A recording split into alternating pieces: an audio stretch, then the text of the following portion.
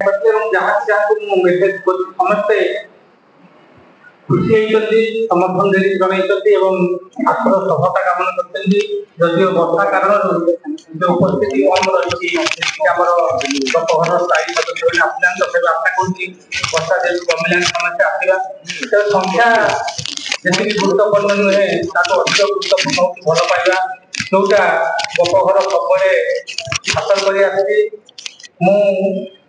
कार्यक्रम टे आयोजन कला बेलू जी समर्थन जी सदिच्छा और जी शुभेच्छा पाए भावे जे ये कार्यक्रम आरंभ हुई सफल हो सारी आमर मोर बंधु चित्तरंजन चिरंजीव जे भुवनेश्वर थे संवाद उत्तर ओडिशा संस्थान मुख्य भाव में बालेश्वर जॉइन कर गपघर आयोजन हम बोलिक योजनाबद्ध से आसिक कटक पहुंचती मोर सान भाई जे गप पढ़े क्षीर विफल छुट्टी थी सोनपुर चाकरी बालेश्वर घर बालेश्वर बर्षार आसी पहुंचती रवि पंडा भुवनेश्वर आसी हूँ तो वर्षा जो कौट अटकी जाती कृषि मोर सान भाई ओडिया अध्यापक सालेपुर कॉलेज वर्षार ओदा हो पहुंचला मुझे जानी जे आम कम सफल हो जगार गपघर पहुंचा कथा जो हृदय जो पाखे गपघर जगह के नवा कथा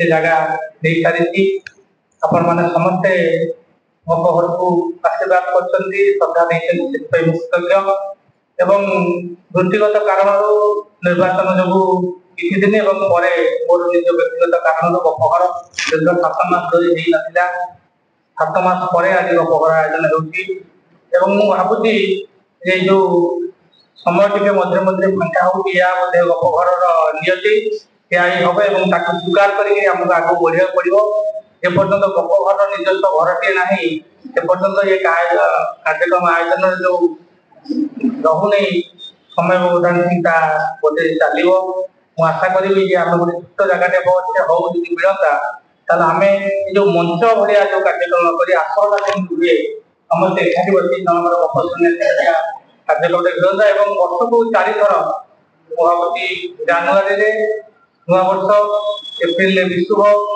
जुलाई वर्षा बा मौसुमी आसर और दशहरा अक्टोबर आसर 4टी आसर मुझे चाहूँगी वर्ष को दिन जहाँफल आम अधिक संख्या आसवा बहुत समय दे पार बाकी आम जो डिसेम्बर जो आम बनभोजी करे बाकी समय जो 7टा आसर रहा से 7टा आसर आम बसिक समस्त एकाठी मंथन आसो जड़े कथाकार आम शुणा और जड़े पुणा कथाकार गप विषय आलोचना करवा मोर इच्छा यदि जो मिले जगह स्थायी जगह जो मिले योजना कार्यकारी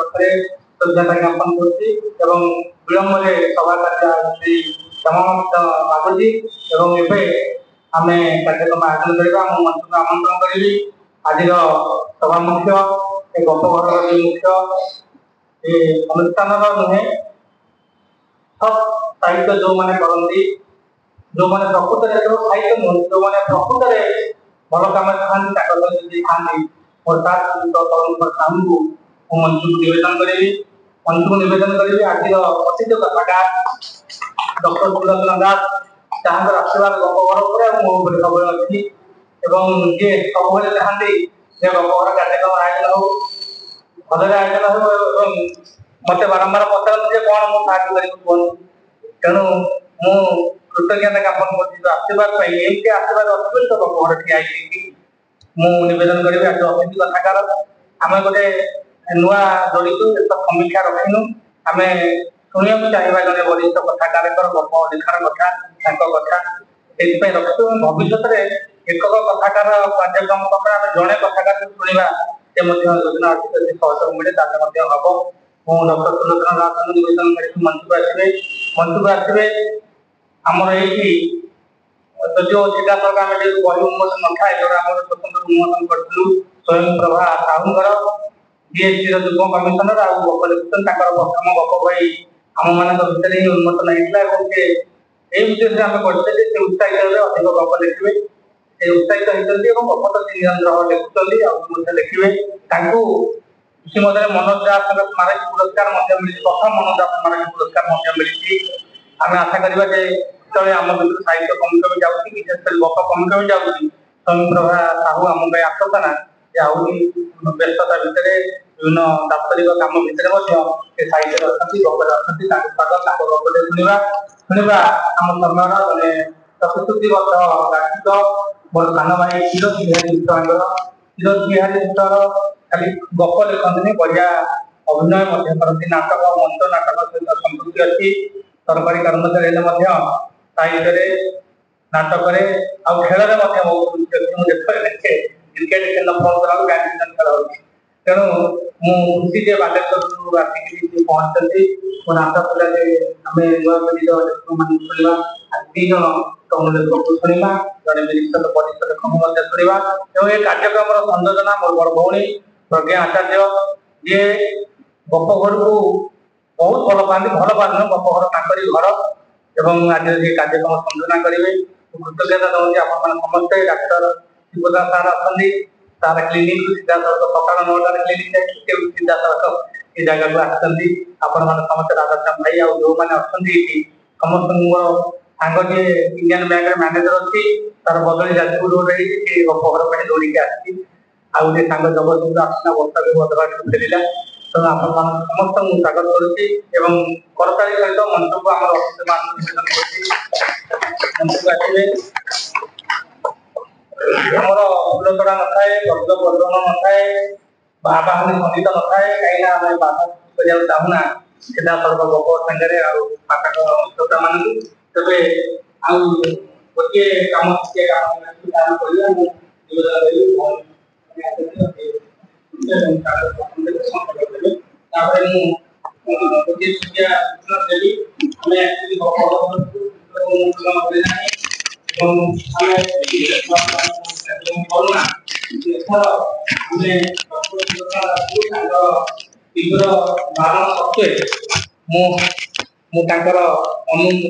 माने बारण को अस्वीकार कर छुटिया संबर्धना कर मैडम एथर विश्व पुरस्कार पाई प्रचार ठारू कोलाहल ठारू लोकप्रियता हासिल करने जो प्रतियोगिता ताठू बहुत दूर में डॉक्टर सुलोचना दास निष्ठार सहित गप लिखती साहित्य लिखती प्रबंध लिखती और साहित्य को भल पाती साहित्य को भल पाऊा लोक भल पाती तेणु यहाँ गोटे गपघर कृतज्ञता और दायित्व आम सम्मानित करजे खुशी हाँ निजे सम्मानित हाँ मुझे चाहूँगी आप समस्ते करताल सहित डॉक्टर सुलोचना स्वागत करेंगे आमर प्रारंभिक सूचना अनुष्ठान पर आम गोटे संबर्धना ज्ञापन करें।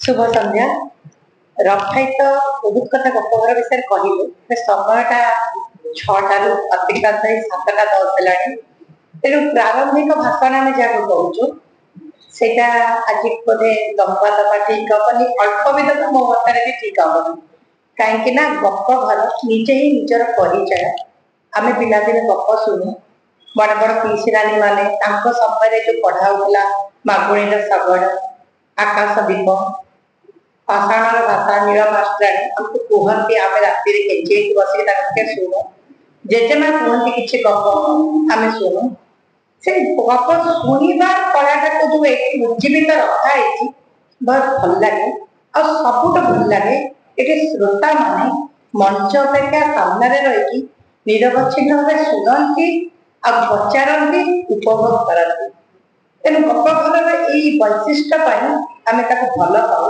जी प्रथम थर आसे से सबुदिन गपघर सहित बांधी जाए मु सब समस्त को कहे दिने सालंदी बुक पब्लिकेशन मैडम आसते कही गपघर को थे आसीच पूरा बांधी तेरे क्षीरद बाबू क्षीरद भाई से दिने बांधी आम सहित तेणु गपघर मु बर्तमान आमर अतिथि परिचय अतिथि परिचय में बर्तमान नाम को मात्र कहबी कहीं उपस्थित समस्ते अतिथि मान को भलरे जानती से पुणी आमर गपघर जड़े पृष्ठपोषक और सदस्य तरुण साहू विषय श्रीजुक्त तरुण कुमार साहू विषय 10टी ऊर्ध्व पुस्तक विभिन्न सभा समिति शुणी विषय लिखिले बोधे 2 पृष्ठा हो तथापि विषय मुझे कहना चाहूँगी गप गुड़िक पढ़ले पूरा बुढ़ी होगा भाया लगे पूरा मजी जाऊ गप भितर निर्वाचित अरुण साहू निर्वाचित गल्प मकर प्रार्थना ये किसी गप मोर मन अच्छे मुझे भी पढ़ी उत्कल साहित्य संसदर पूर्वतन सभापति महाशय वर्तमान से झंकार भली प्रतिष्ठित पत्रिकार संपादन कार्य देखुं गल्पर संपादन कार्य तेणु एभली जन व्यक्तित्व सबुठ भल कथा मु अनुभव करे गपघर को आगे नहीं जावाक सभा समिति करने प्रथम प्रोत्साहन हाथ बढ़ाती से होती आम तरुण सार प्रत्येक उत्सव देखे चुपचाप बस शुणु था जोटा प्रशंसनीय गप भितर प्रशंसा करती जोटा आम भूल त्रुटि रही है आमको सुधार बात करला भाया कहती कोटी गपटी टिकेटा लाइन प्रति प्रबंध शैली रहीगला कोटी को शब्द हसैकार दिगेकार आम समस्त ध्यान न थाए प्रति जिनस आमको शिखाती तेणु गप घर आमको गोटे प्रकार शिखाए प्रतिदिन आसी किसी ज्ञान नौ कि स्मृति नौ कि आनंद नौ से ज्ञानटा दबा लोक होती आमर तरुण साहू तेणु तरुण कुमार साहू को मु धन्यवाद दूसरी आज सभा मुख्य भाव पाई गप घर गर्वित से गप घर भिन्न नुहति से आम गप घर ही सदस्य तापर मु बेसी आनंदित डॉक्टर सुलोचना दास का परिचय देवाई जहाँ लेखा मु अनेक समय पढ़ुली मुझे गोटे पत्रिकार संपादिका हवा पूर्व लेखा पढ़ी अनेक समय लेखा पढ़ी सरीगला बेलू मुझे निजर कलम टे धरी बसताए संपादिका हिसाब से काले दरकार पड़ो क्योंकि कलम बाजी न था निजे निशा नेला भाया झुली जाए लेखार बुड़ी जाए परिचय मोट 60 रु ऊर्ध्व पुस्तक बाहरी आज सारा ओडिशा रे परिचय दबा गोटे मूर्खामी हम आठी जो मैंने आमर वरिष्ठ भाई भौणी मैंने बसी समस्ते भलरे जानती तथापि भोर बेलर सन्यासी उपन्यास जोटा स्वाधीनता संग्राम नहीं स्वाधीनता आंदोलन एक कहानी को नहीं लिखाई आउ एक उपन्यास रागिणी भारत विभाजन दुखद समय अनुभूति एक उपन्यास लिखाई चमत्कार उपन्यास दुईटी विद्यापुरी पब्लिकेशन बर्तमान तो विश्व पुरस्कार पाइबा कथा ने समस्ते जानीचे तथापि किसी गप भितर देवी विसर्जिता आज जो कलिकता गण दुष्कर्म होती से घटना देखिले से गपटी मोर मन पड़े एपरिक गोटे अनशन गप मु पढ़ी गोटे चाकचक्य विलास विलास रोकवा गोटे महिला जे खाली पैसा पत्र सुख संभोग भोग करके आराम रे बंचुवा महिला गोटे मद दुकान हटेबार अनशन देवी भाया पाल्टी जाइए तेणु से नारी जाति के केतबेले रक्षा स्वर उठे तो केतबेले नारी जाति को देवी आकार परिवेशन करने को कलम में चाहती एपरिक नक्सल अंचल निपुण चित्र भीतर गोटे असहाय नक्सल लोक कहानी को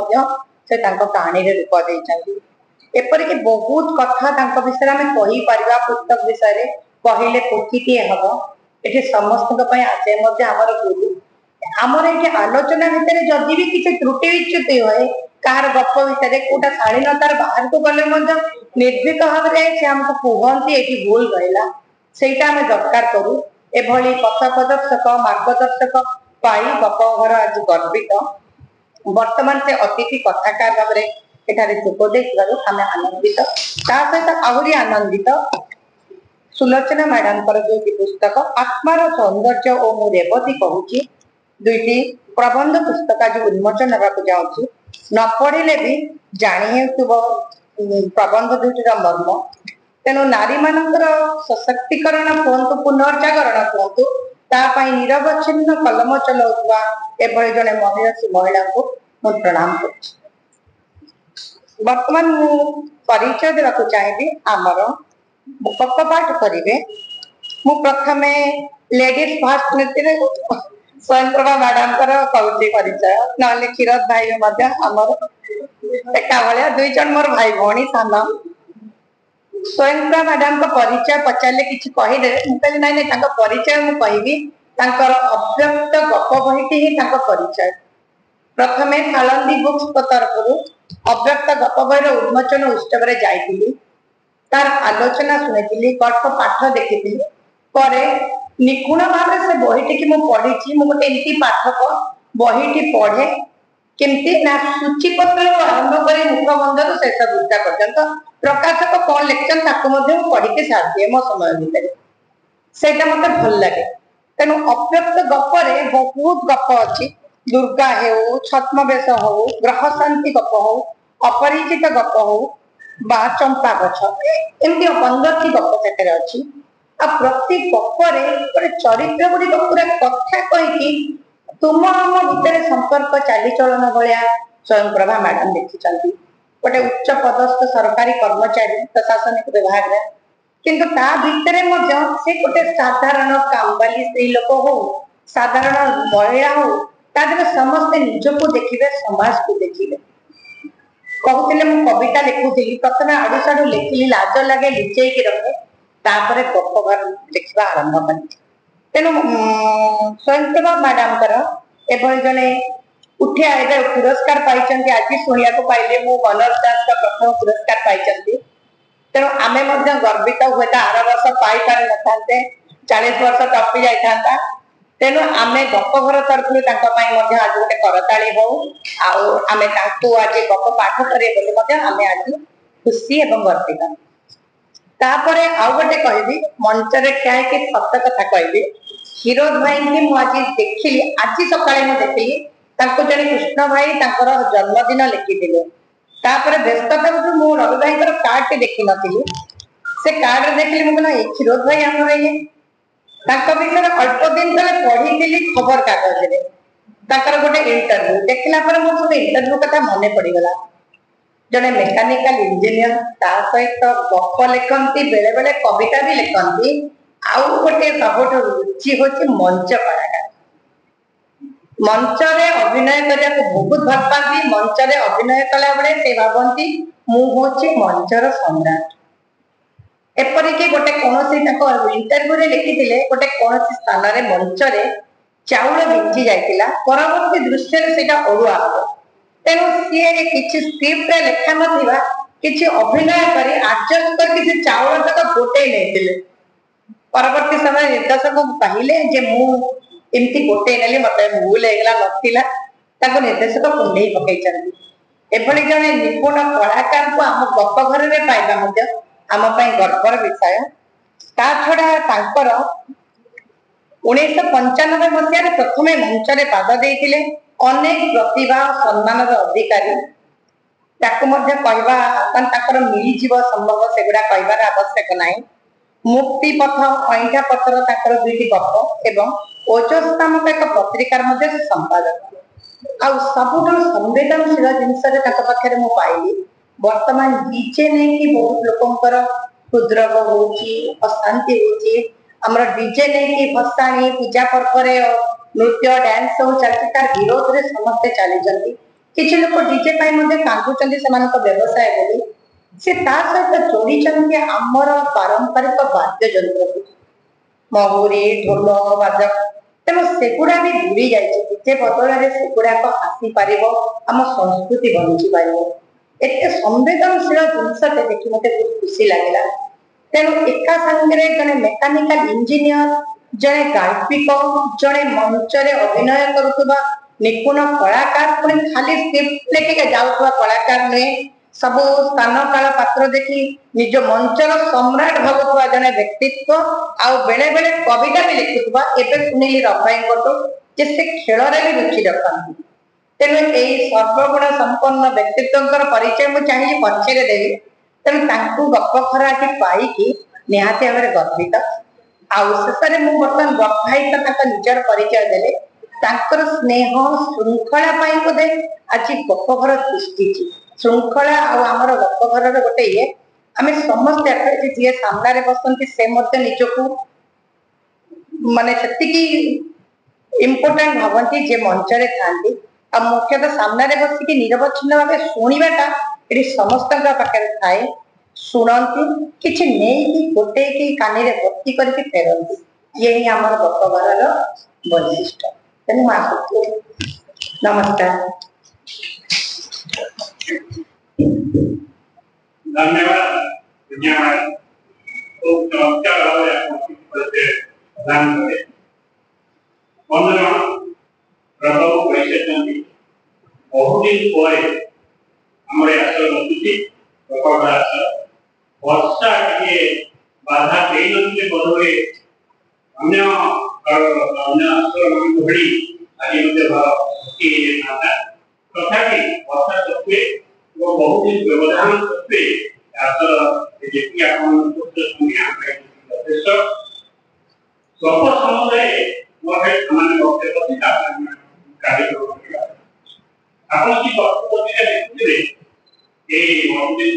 पूजा पूजा बहुत पाए केवल पत्रिका केवल पूजा संख्या झोंका झोंका बहुत पूजा संख्या बहुत बहुत व्यक्ति अनुरोध करती तुरंत बहुत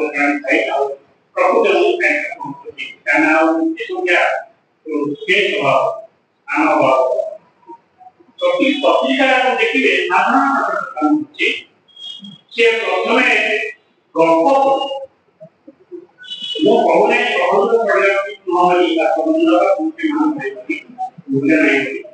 कविता किंतु साधारण पाठ सब गपटा ही गप आदर करके यदिओ नवीन संस्कार प्रारंभ गरुड़ भाव साहित्य शुद्ध गप ख्याति लाभ करता आम ओडिया भाषा पाठक बहु गल्प देखा बहु परीक्षा नहीं आंगिक आधुनिक बहु आख्यान देखा अंग देखा बहु व्यक्ति चेष्टा करते संज्ञा निर्माण कर रवीन्द्र ठाकुर कहते गप शेष होगा लागू शेष नहीं जमी कहुए टेका पकई टेका पड़ी गला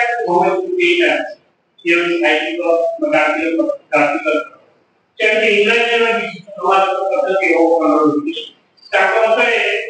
मूल्यबोध गप मूल्यबोध ही उपस्थापित करना लुप्त हो मूल्यबोध वर्तमान समाज में प्राधान्य विस्तार करता मूल्यबोध संघर्ष करे निजक पुनः स्थापित करने चेष्टा करे कार्य कर्तव्य गोटे संज्ञा एमती बहुत कथा गप सुंदर कहुए आम गप घर आसर भितर गुड़ाके गप पढ़ा गप चर्चा होगी गप सब आज कहानी करवा पूर्व किंतु मैडम सुलोचना मैडम जानती दरकार नहीं गत वर्ष विश्व पुरस्कार पुरस्कार बहुत प्रेस्टिजियस पुरस्कार पाई आज गत विषय आम समस्त खुशी संबोधित सकाशे कृति सकाशे उत्तम जारी अनुरोध प्रति लोक संबोधन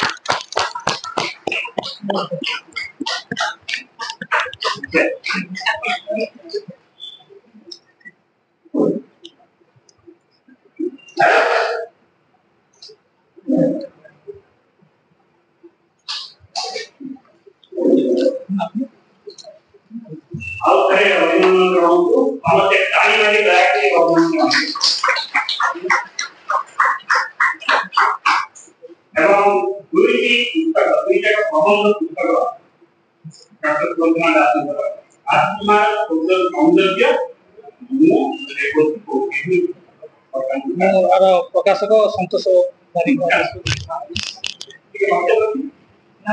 ठीक संतोष भाई होते का के बंधु संस्था होते हैं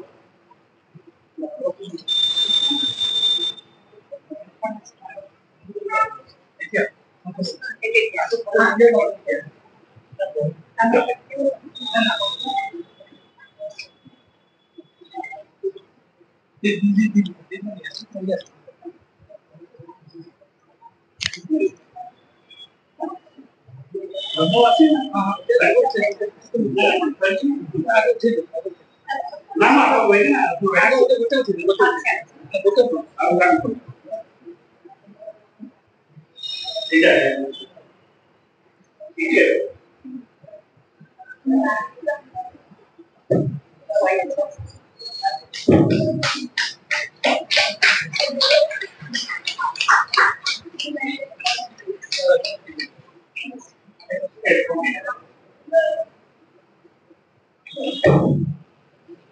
tidak akan tidak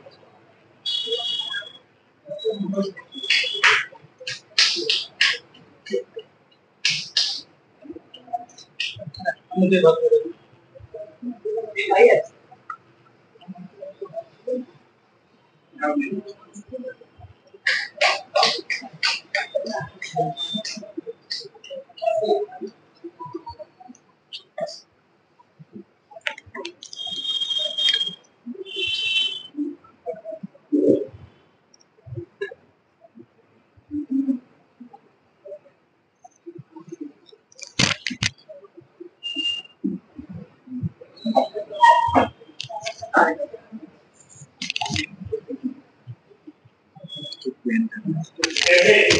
सिद्धार्थ गप पाठी काम मुख्य उद्देश्य होती जणका दुई जण गांधी का गांधिका गप पढ़िला सुनिबा और बेरे समेता से सरकार के ताको बदले देवा प्रश्न उत्तर यदि आपण समय की गप पढ़िबा सुनिबा परे प्रश्न थाए ताको आपण देबे एवं तार उत्तर गांधिका और बोलू दिबे वर्तमान प्रथमे गप पढ़िबे जाके गई पर स्वयं का साउ अंका को मते एवं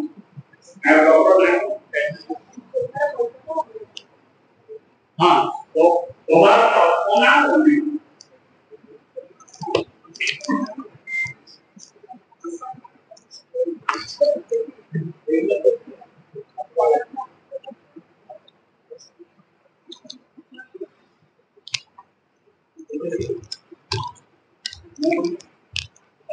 धन्यवाद सम्मानित सभापति तथा कथाकार करुणा साहू महोदय कथाकार डॉक्टर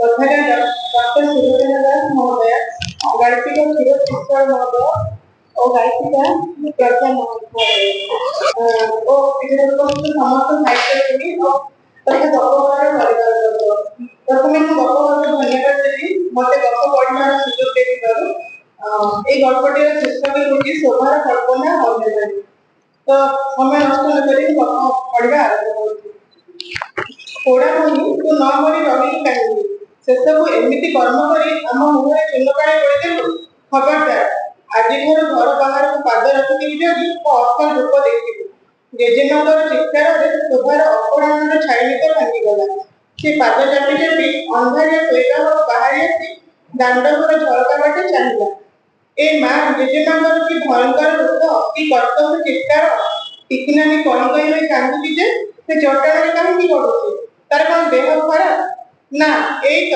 खराब शोवा घर को निर्बुज अंधार कर टिकिनानी तो खुआई दे गला सेतेबेले तो से कांदु नथिला होई पारे अंधार घरे ता मुहर भाव दिसु नथिला हेले हाथी ताको सुआइला बेले किछि भी नुआ गप कहि नथिला टिकिनानी से जिद्दी करिबार थिला सेई पुराना गपटी को बुले पके कहि देई ता पिठी थापुड़ी सुई देला शोभा मने मने घटनाटी को विश्लेषण करुथिला शोभार जेतेमा खाइले साप पड़ी हेउथिले टिकिनानीर कांद देखि शोभा को कांद लागुथिला टिकिनानी ता पियसी नुह तो मां को भारी स्नेह करला खाली तारी पाई तो शोभा ता बाप बोलू बोली तांकर दूरे रही पारती शोभा मन को मन तालिका तैयारी करबा आरंभ कला टिकिनानी ता पई कोन करे ଟିକିନାନି ତା ଜାମା ପ୍ୟାଣ୍ଟ ସଫା କରେ, ତାକୁ ଗାଧୋଇ ଦିଏ, ଖୁଆଇ ଦିଏ। ସାହିର ସ୍ତ୍ରୀ ଲୋକମାନେ ବୁଢୀ ହେଲା ଯାଏ ତାକୁ କାହିଁକି ଖୁଆଇଦିଏ କହି ଡାଇଲାସ କରିବା ସତ୍ତ୍ୱେ ଶୋଭା ଚିନ୍ତା କଲା 7 ବର୍ଷ ବୟସରେ ଜଣେ ବୁଢୀ ହୋଇପାରେ, ତାହେଲେ ମଦନମା ପାଗେଇ ବୁଢୀ କଣ? ତାକୁ ତ କେତେ ଯେ ବୟସ। ଶୋଭା ଆଙ୍ଗୁଠି ଗଣି ଗଣି ଫେରି ପାରିଲା। ସେ ଯାହା ହେଉ ସମସ୍ତେ ତ କୁହନ୍ତି ମଦନମା ସାହିରେ ସମସ୍ତଙ୍କଠାରୁ ବଡ଼। ଶୋଭା ମନକୁ ଗୁଣ ବନେଇଲା ଯେ ଏ ସାହି ସ୍ତ୍ରୀ ଲୋକମାନେ ବି ବଡ଼ ପାଇବେ, ମତେ 7 ବର୍ଷର ବୁଢୀ କରିଦେବେ। ଟିକିନାନି ପରା କହୁଥିଲା ସେମାନେ ସବୁ ହିଂସୁକି। ମୁଁ ସାହି ଭିତରେ ଟିକେ ଡୌଲ ଡାଲ ଦେଖାଯାଉଛି ତ ଦେଖି କହିପାରୁନାହାନ୍ତି। ଶୋଭା ପୁଣି ତାର ହିସାବ ଆରମ୍ଭ କରିଦେଲା। 1 ଟିକିନାନି ତା ମୁଣ୍ଡ କୁଣ୍ଡେଇ ଦିଏ, 2 ତା ଶୋଇବା ପାଇଁ ବିଛଣା ତିଆରି କରେ, 3 ଗାଁ ଦୋଳ ମେଲଣ ଦେଖିବାକୁ ନେଇଯାଏ ଓ ସେଠାରେ ତାର ମନ ପସନ୍ଦର ଜିନିଷ କିଣିଦିଏ, 4 5 ଏମିତି କେତେ। ଟିକିନାନିର ହାତ ତିଆରି ରୋଷେଇ ତ ଭାରି ସୁଆଦ। ଜେଜେମା ପରା କୁହନ୍ତି ଟିକିର ରୂପରେ ଯେମିତି ଗୁଣରେ ବି ସେମିତି। ହେଲେ ଆଜି କାହିଁକି ସେ ଟିକିନାନିକୁ କଡ଼ା କଥା କହୁଛନ୍ତି ଯେ? ଏ ଜେଜେମାଙ୍କର ବି 2ଟା ରୂପ, କେତେବେଳେ ଭଲ କଥା ତ କେତେବେଳେ ଗାଳି। ଝରକା ଫାଙ୍କ ଦେଇ ଶୋଭା ଦେଖୁଥିଲା। ଟିକିନାନିର କାନ୍ଦ ବନ୍ଦ ହେଉନଥିଲା। ଶୋଭା ଝରକାର ଲୁହା ଗ୍ରିଲରେ ମୁଣ୍ଡ ଆଉଜାଇ କାନ ପାରି ଶୁଣିଲା। ଜେଜେମା ଜେଜେଙ୍କୁ ଶୋଭାର ବାପାଙ୍କୁ ଫୋନ କରି ଡାକିବାକୁ କହୁଥିଲେ। ଶୋଭାକୁ ଭାରି ଡର ମାଡ଼ିଲା। ବାପା ଆସିଲେ ତାକୁ ଗଣିତ ପଚାରିବେ। ଗଲାଥର ଆସିଥିଲେ ଯେ ସବୁଦିନ ସକାଳେ ତାକୁ ଗଣିତ କରିବାକୁ ଦେଉଥିଲେ, ଟିକେ ଭୁଲ କଲେ ପିଠିରେ ଯୋଉ ମାଡ଼। ଶୋଭାର ଆଖି ଛଳ ଛଳ ହୋଇଗଲା। ବାପା କଣ ଜାଣିନାହାନ୍ତି ମୁଁ ଟିକେ ଗଣିତରେ ଦୁର୍ବଳ? ସମସ୍ତଙ୍କର କଣ ସବୁ ପାଠ ହୁଏ? ଆମ ଶ୍ରେଣୀର ପ୍ରତାପ ତ କିଛି ପାଠ ହୁଏନି।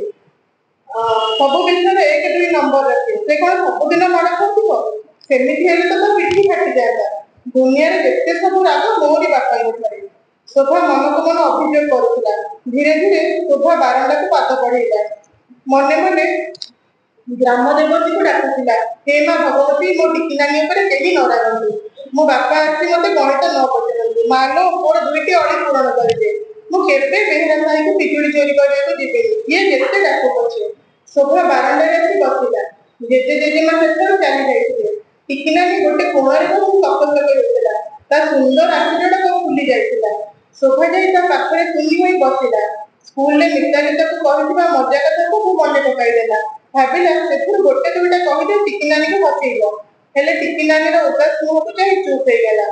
ସେ ବେଶୀ ସମୟ ଚୁପ୍ ହେଇ ବସି ପାରିଲାନି। ପ୍ରଥମେ ହାତ ଗୋଡ଼ ହଲେଇଲା, ଡାହାଣ ହାତରେ ମୁଣ୍ଡ କୁଣ୍ଡେଇ କହିଲା, ଏ ଟିକିନାନି ଚାଲ ଛକି ଶୂନ ଖେଳିବା, ନହେଲେ ଲୁଡୁ କି ସାପ ଖେଳ। ସେପଟୁ କିଛି ଉତ୍ତର ନଥିଲା। ତୁ କଣ ମୋ ଉପରେ ରାଗିଛୁ ନା କଣ? ତୁ ଯଦି କହିବୁ ମୁଁ ଜାଣି ଜାଣି ହାରିଯିବି। ନା ରେ ମାମା ତୁ ଯା, ମୋ ଦେହ ଭଲ ନାହିଁ। ଟିକିନାନି ଶୋଭାର ମୁଣ୍ଡକୁ ଆଉଁସି ଦେଇ କହିଲା।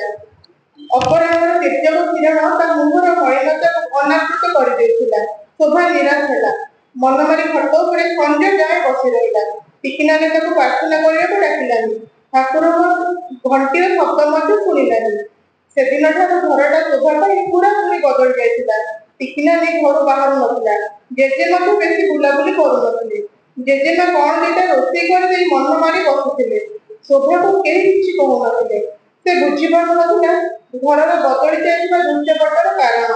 ଦିନେ ଜେଜେମାକୁ କେତେ ବୁଲେଇ ବଙ୍କେଇ ଶୋଭା ପଚାରିବାରୁ ସେ କହିଲେ, ତୁ ଛୋଟ ପିଲା, ପାଠ ପଢ, ଖେଳେ, ଏତେ କଥାରେ ତୋର ମୁଣ୍ଡ ପୁରେଇବା ଦରକାର ନାହିଁ। ଜେଜେ ମଧ୍ୟ ସମାନ କଥା କହିଲେ। ଶୋଭା ବୁଝି ସାରିଥିଲା ସବୁବେଳେ ମୁହଁ ଶୁଖେଇ ବସିଥିବା ଟିକିନାନିକୁ ପଚାରି କିଛି ଲାଭ ନାହିଁ। ରବିବାର ଦିନ ଶୋଭାର ବାପା ଆସି ପହଞ୍ଚିଲେ। ସାଙ୍ଗରେ ତା ବୋଉ ଓ ବିଟୁ ମଧ୍ୟ ଆସିଥିଲେ। ବିଟୁ ଶୋଭାର ସାନ ଭାଇ, ତାଠାରୁ 3 ବର୍ଷ ସାନ। ଶୋଭାର ବାପା ବୋଉ ସହରରେ ଥିବା ଏକ ସ୍କୁଲରେ ଶିକ୍ଷକତା କରନ୍ତି। ତାର ବାପା ପ୍ରତି ମାସ ଗାଁକୁ ଆସନ୍ତି, ହେଲେ ବୋଉ ଓ ବିଟୁ ବର୍ଷକୁ 3 ଥର ଆସନ୍ତି, ଖରା ଛୁଟି, ଏକ୍ସମାସ ଓ ଦଶହରାରେ। ଛୁଟି ନଥାଇ ବୋଉ ଓ ବିଟୁ ଆସିଥିବାରୁ ଶୋଭାକୁ ଆଶ୍ଚର୍ଯ୍ୟ ଲାଗୁଥିଲା। ଘରର ପରିବେଶ ପୂର୍ବ ପରି ଗମ୍ଭୀର ଥିଲା। ହସ ଯେମିତି ସମସ୍ତଙ୍କ ମୁହଁରୁ ଉଭେଇ ଯାଇଥିଲା। ଶୋଭାର ବାପା ଓ ଜେଜେ ସଞ୍ଜ ବେଳକୁ ବାରଣ୍ଡାର ଏକ କୋଣରେ ବସି ଗମ୍ଭୀର ଆଲୋଚନା କରୁଥିଲେ। ବୋଉ ଚା ଆଣି ଦେଇ ଚାଲିଗଲା। ଜେଜେମା ବିଟୁକୁ ଧରି ଘରେ ଥିଲା। ଏ ସୁଯୋଗରେ ଜେଜେ ଓ ବାପାଙ୍କର କଥା ଆଡ଼କୁ କାନେଇବା ପାଇଁ ଶୋଭା ବାରଣ୍ଡାକୁ ଲାଗିଥିବା ଦାଣ୍ଡଘର ଝରକା ପାଖରେ ତୁନି ହୋଇ ଠିଆ ହେଲା। ସେମାନେ ଧୀରେ ଧୀରେ କଥା ହେଉଥିବାରୁ ଶୋଭାକୁ ଠିକ୍ ଶୁଭୁ ନଥିଲା। ଯାହା ସେ ଶେଷକୁ ବୁଝିଲା ଯେ ଟିକିନାନିକୁ ନେଇ ଡାକ୍ତରଖାନା ଯିବାକୁ ହେବ। ଖୁବ୍ ଶୀଘ୍ର ନେବାକୁ ହେବ ବୋଲି ତା ବାପା କହିଲେ। ଶୋଭା ସେଠାରୁ ଆସି ବାଡ଼ିପଟ ପାହାଚ ଉପରେ ବସିଲା। ତାର ନିଜ ଉପରେ ରାଗ ଆସୁଥିଲା। ଟିକିନାନୀ ବିଷୟରେ ଜାଣିବା ପାଇଁ ଏତେ ସମୟ ଝରକା ପାଖରେ ନାକପାଟିରେ ହାତ ଚାପି ଠିଆ ହୋଇ ରହିଲା। ହେଲେ ଶେଷକୁ ବୁଝିଲା କଣ? ଖମ୍ବ ଆଳୁ। କଣ ନା ଟିକିନାନୀ ଡାକ୍ତରଖାନା ଯିବ। କାହିଁକି? ସେ କଣ ରୋଗୀ? ସେଦିନ ରାତିରେ ଶୋଭା ଆଖିକୁ ନିଦ ଆସୁନଥିଲା। କ୍ଷୀଣରୁ କ୍ଷୀଣ ଶବ୍ଦ ସବୁ ତା କାନରେ ବାଜୁଥିଲା। ଖଟର ଗୋଟେ ପଟେ ବିଟୁ ନିଘୋଡ଼ ନିଦରେ ଶୋଇଥିଲା। ବିଟୁର ଗାଢ଼ ନିଦ ଉପରେ ଶୋଭାର ଇଚ୍ଛା ହେଉଥିଲା। କିଛି ସମୟ ପରେ ତା ବୋଉ ଓ ବାପା ଶୋଇବା ଘରକୁ ଆସିଲେ। ଶୋଭା ଆଖି ବନ୍ଦ କରି ଶୋଇବାର ଅଭିନୟ କଲା। ଶୋଭାର ବୋଉ କହୁଥିଲେ, ଦେଖ, ତୁମ ଭଉଣୀର ଏମିତି କର୍ମ ଜାଣିବା ପରେ ମୁଁ ଶୋଭାକୁ ଏଠି ରଖିବାକୁ ଦେବିନି। ଆସନ୍ତା ବର୍ଷ ମୁଁ ତାର ଟିସି ନେବା ବ୍ୟବସ୍ଥା କର। ଟିକେ ଧୀରେ କୁହ, ଘରର ଅସୁବିଧା ସମୟରେ ଧୈର୍ଯ୍ୟ ତ ଧର। ବାପା ବୋଉକୁ ବୁଝେଇଲା ପରି କହୁଥିଲେ। କହିଦେଉଛି ଶୁଣି ରଖ, ଏମିତି ପରିବେଶରେ ମୁଁ ମୋ ଝିଅକୁ ଆଦୌ ରଖିବିନି। ସେ କଣ ଶିଖିବ ଏଠୁ? ଏଠି ବାହାଘର ପୂର୍ବରୁ ଝିଅମାନେ ମା ହୋଇଯାଆନ୍ତି। ବୋଉର ଚିତ୍କାରରେ ବିଟୁ ଚମକି ପଡ଼ିଲା। ଚୁପ୍ କର, ପିଲାମାନେ ଶୋଇଛନ୍ତି, ଏମିତି ଚିତ୍କାର କାହିଁ କରୁଛ? ବାପା ଟିକେ କଡ଼ା ଗଳାରେ କହିଲେ। ବୋଉ ସେଦିନ ଯେମିତି ଥମିବାର ନଥିଲା। ନିଜ ଭଉଣୀ ତ, ଲୁଚେଇବନି କେମିତି? ଯେତେ ଲୁଚେଇଲେ ବି ବାପଟା ବାହାରକୁ ଆସିବ ନା ନାହିଁ? ବାପା ରାଗିଗଲେ। ହଁ, ମୁଁ ତ ମାନୁଛି ସେ ଭୁଲ କରିଛି। ବ୍ରାହ୍ମଣ ପରିବାରର ଝିଅ ହୋଇ ଗୋଟେ ଶୂଦ୍ର ଲୋକ ସହ ପୁଣି ଏମିତି କାମ। ହେଲେ ସେ ଅଜୟ ତ ତୁମ ଗାଁର। ତୁମେ ତ ତାକୁ ଘରକୁ ଅବାଧ ପ୍ରବେଶ ପାଇଁ ସୁଯୋଗ ଦେଇଥିଲ। କଣ ନା ନିଜ ହାତରେ ହେଲେ କଣ ହବ, ପିଲାଟା ଶିକ୍ଷିତ ଓ ସଂସ୍କାରୀ। ଓହୋ, ତୁମେ ଯେମିତି ତାକୁ ମନା କରିଥିଲ ଘରକୁ ଆସିବାକୁ, ନିଜର ଯାବତୀୟ କାମକୁ ତା ହାତରେ କରଉଥିଲ। ତୁମର ପରୀକ୍ଷା ଖାତା ଦେଖାଠାରୁ ଆରମ୍ଭ କରି ଘର ପାଇଁ ଗ୍ୟାସ ସିଲିଣ୍ଡର ଯୋଗାଇବା ପର୍ଯ୍ୟନ୍ତ ସବୁ ତ ସେ ବୁଝୁଥିଲା। ବୋଉ କଥା କହିବାର କୌଣସି ସୁଯୋଗ ଛାଡୁନଥିଲା। ବାପା ବୋଉଙ୍କର ପାଗ ଫିଙ୍ଗା ଫିଙ୍ଗିରେ ଶୋଭାର ମୁଣ୍ଡ ଫାଟିଗଲା ପରି ଲାଗୁଥିଲା। ଅବଶ୍ୟ କିଛି ସମୟ ପରେ ସବୁ ଥମି ଯାଇଥିଲା ଓ ଦୁଇ ଜଣ ଶୋଇ କୁଙ୍ଗୁଡ଼ି ମାରୁଥିଲେ। ଶୋଭା ଆଖିରେ ନିଦ ନଥିଲା। ସେ ଆଖି ବନ୍ଦ କରି ବିଛଣାରେ ଝାଲେଇ ପଡିଥିଲା। ବାପା ବୋଉଙ୍କ କଥାବାର୍ତ୍ତା ରାତି ସାରା ତା ମନ ଭିତରେ ଓଲଟପାଲଟ ହେଉଥିଲା। ତା କଣ ମନରେ ସେ ସବୁର ଅର୍ଥ ବାହାର କରିବାକୁ ଚେଷ୍ଟା କରୁଥିଲା। ଟିକିନାନୀ ମା ହେବାକୁ ଯାଉଛି, ମାନେ ତା ବୋଉ ପରି। ତାର ବି ପିଲା ହବ। ହେଲେ ସମସ୍ତେ ଏ କଥାକୁ ନେଇ ଏତେ ରାଗୁଛନ୍ତି କାହିଁକି ଯେ? ଶୋଭା ଭାବୁଥିଲା ସକାଳ ହେଲେ ସେ ସମସ୍ତଙ୍କୁ ଏ କଥା ପଚାରିବ। ଜେଜେମା ମା ହେଲା ବାପା ଓ ଟିକିନାନୀର। ପୁଣି ସେ କହେ ତାର କାଳେ ଦୁଇଟା ଝିଅ ଜନ୍ମ ହୋଇ ଆର ପାରିକି ଚାଲିଗଲେ। ମାନେ ଜେଜେମାଙ୍କର 4ଟି ପିଲା। ପୁଣି ବୋଉ ମା ହେଲା ତାର ଓ ବିଟୁର। ଜେଜେମା ତ କହୁଥିଲେ ସେ ଜନ୍ମ ହେଲା ପରେ ଜେଜେ ସାହି ସାରା ଲଡୁ ବାଣ୍ଟିଥିଲେ। ତାର ଝାପ୍ସା ମନେ ପଡୁଥିଲା ବିଟୁର ଜନ୍ମ ପରେ ସମସ୍ତେ କେତେ ଖୁସି ଥିଲେ। ତା ଜନ୍ମଦିନରେ କେତେ ଭୋଜି ଭାତ ହୋଇଥିଲା। ହେଲେ ଟିକିନାନୀ ବେଳକୁ ଏତେ ପାତର ଅନ୍ତର କାହିଁକି ଯେ? ଶୋଭାକୁ ତା ବୋଉ ଉପରେ ରାଗ ଆସୁଥିଲା। ବର୍ଷକୁ 2-3 ଥର ଆସିବ, ବିଟୁର ଯତ୍ନ ନେଇ ତାର ସବୁ ସମୟ ଯିବ। ପୁଣି ଖରା ଛୁଟିରେ ସକାଳ ସଞ୍ଜ ବସି ସ୍କୁଲ ପିଲାଙ୍କ ପରୀକ୍ଷା ଖାତା ଦେଖୁଥିବ। ତା କଥା ବୁଝିବାକୁ ବୋଉ ପାଖରେ ସମୟ ନଥାଏ। ପୁଣି ସେ କହୁଛି କଣ ନା ଶୋଭାକୁ ଏଠି ରଖିବାକୁ ଦେବନି। ସେଇ ରାତିରେ ମନେ ମନେ ଶୋଭା ସ୍ଥିର କରିଦେଲା ସେ ବୋଉ ବାପାଙ୍କ ସହ ଆଦୌ ଯିବାକୁ ରାଜି ହେବନି। ବେଶୀ ବାଧ୍ୟ କଲେ କାନ୍ଦି କାନ୍ଦି ତଳେ ଗଡ଼ିଯିବ। ବାପାଙ୍କ କଥାରୁ ଶୋଭାର ଅଜୟ ମାମୁଙ୍କ କଥା ମନେ ପଡ଼ିଗଲା। ଅଜୟ ମାମୁଁ ଘରକୁ ଆସିଲେ ଟିକିନାନୀ ମୁହଁରେ କେମିତି ହସ ଖେଳିଯାଏ। ଅଜୟ ମାମୁଁ ଆସିଲେ ସବୁଥର କିଛି ନା କିଛି ଜିନିଷ ଶୋଭା ପାଇଁ ଆଣିଥାନ୍ତି। ବାପା ତ ନିଜେ ମାମୁଁଙ୍କର କେତେ ପ୍ରଶଂସା କରନ୍ତି, ଆଜି ପୁଣି ତାଙ୍କୁ ନିଜ ଜାତି କରି ଗାଳି କଲେ କାହିଁକି? ଶୋଭାର ଗୋଟେ କଥା ମନେ ପଡ଼ିଲା। ଥରେ ଟିକିନାନୀ ଓ ସେ ବେହେରା ସାହିର ଧୀରମା ଘରେ ମାଛ ତରକାରୀ ଭାତ ଖାଇ ଆସିଥିଲେ। ଧୀରମା ଶ୍ରଦ୍ଧାରେ ଯାଚିଥିବାରୁ ଟିକିନାନୀ ମନା କରିପାରିନଥିଲା। ସେଠାରୁ ଫେରି ଶୋଭା ଏକଥା ସମସ୍ତଙ୍କୁ କହିଦେଇଥିଲା। ସାହି ସାରା ସ୍ତ୍ରୀ ଲୋକମାନେ ଟୁକୁର ଟାକୁର ହୋଇ ଟିକିନାନୀ ନାଁରେ ଏଣୁତେଣୁ କହୁଥିଲେ।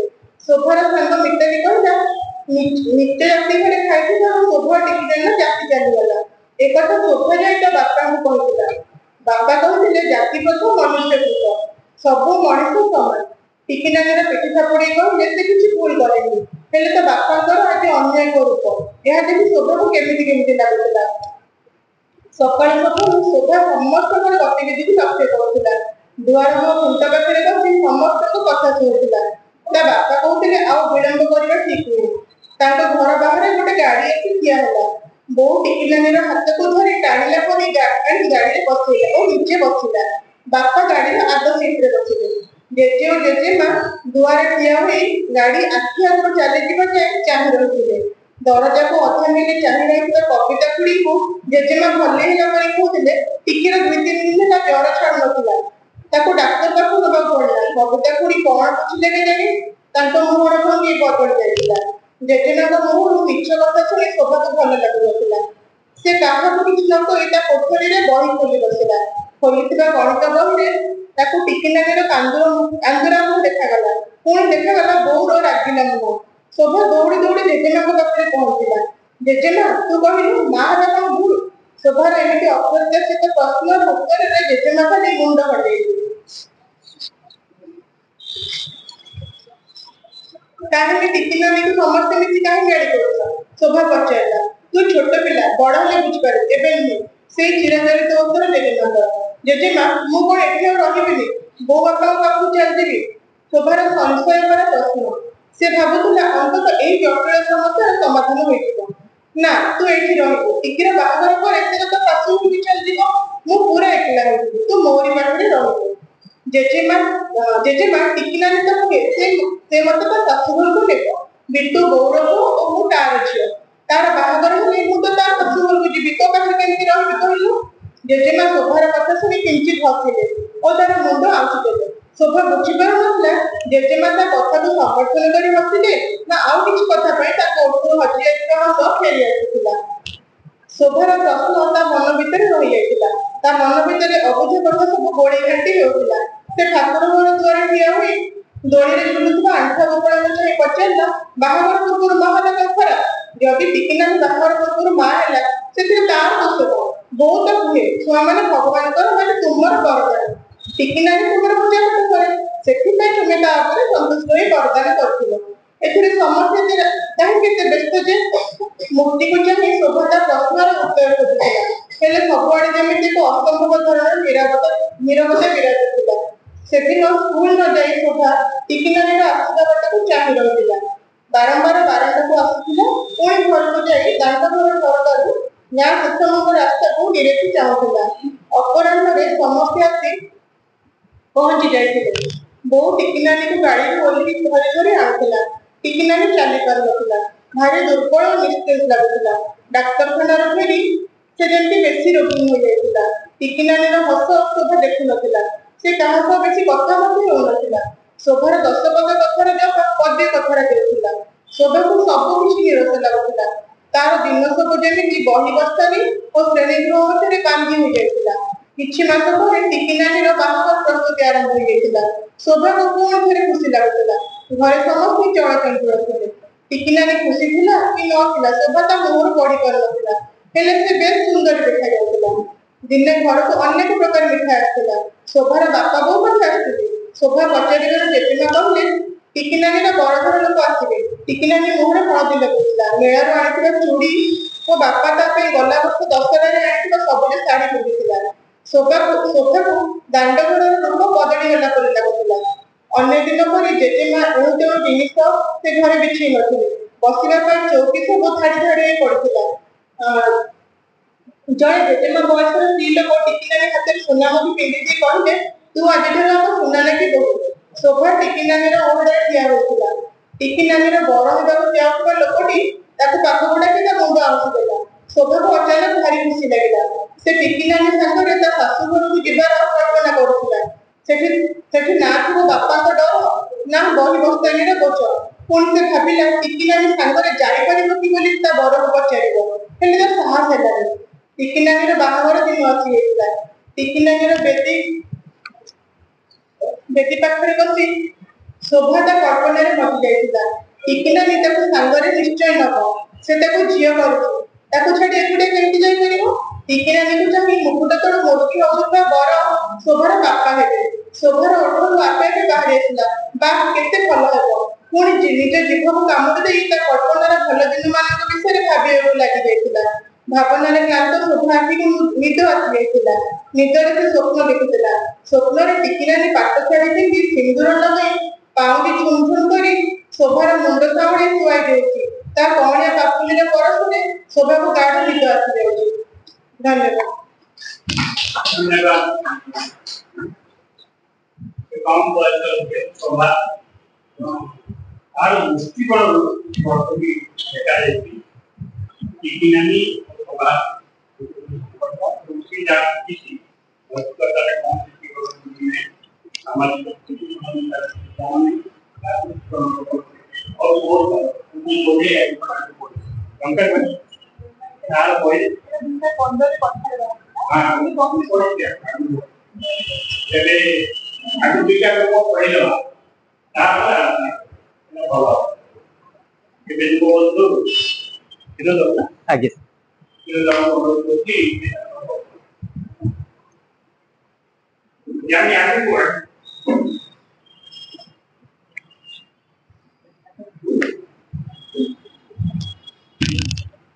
समस्त प्रणाम आज सभामुख्य तरुण साहब मोर सौभाग्य जे आज पढ़ा गपटी 2021 मसीह झंकार प्रकाशित होता प्रणम गायिका सुलोचना दास मैडम सहगायिका स्वयं प्रभा मैडम एवं सामने बसता समस्त को आउे प्रणाम सीधा सीधे गप पढ़ीगला जेहतु टे हल्का लंबा गप अच्छी प्रथम 2 मिनिट जदि शुणीदे बाकी मुझे गप सहित नहीं बोली विश्वास अच्छे गल्पर शीर्षक श्रीकृष्ण हस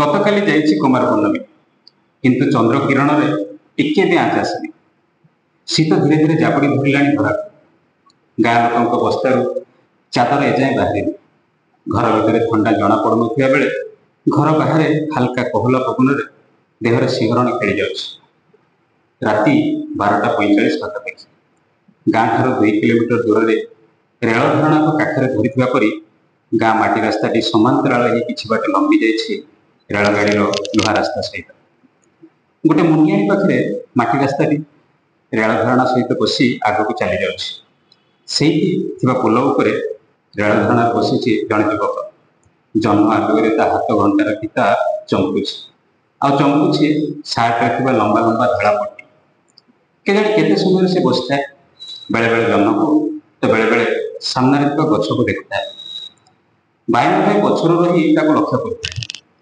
से युवक किंतु थरे भी पछ को चाहिए बायन भाई पाद रेल धारणा खंड खंड पथर उपर पड़ पथर खसबार शब्द है से लोकटी टिके चमकीवा परी पछ को देखला बायन भाई पायखाना बसवा भली बसी पड़ा किए लोकटी किसी भयभीत हो धमक देवा भंगी में पचारा मु झाड़ा बसी कथा हेबिनी बायन भाई उच्च स्वर में कहला हेले तुम्हें तो कथा हेलो आउ हेबिनी किसी समय दुहे नीरव रहा पर बायन भाई पुणी पचारा तुमर सरला कि कौन जहाँ करने आसथिल तुम्हें कौन भावुच मुझे पेट सफा करने आस मत देखिक सेमती लगुच मुझे कम ये आसती बोली बायन भाई हसीदेला बायन भाई सब कथार एम परिस्थिति कि परिवेश किसी देखे सब बेले दांत देखी दिए बायन भाई हस देखी युवकटी रागिक पचारा हसिल कहीं बायन भाई चुप किसी उत्तर न दे कुंथ उठाए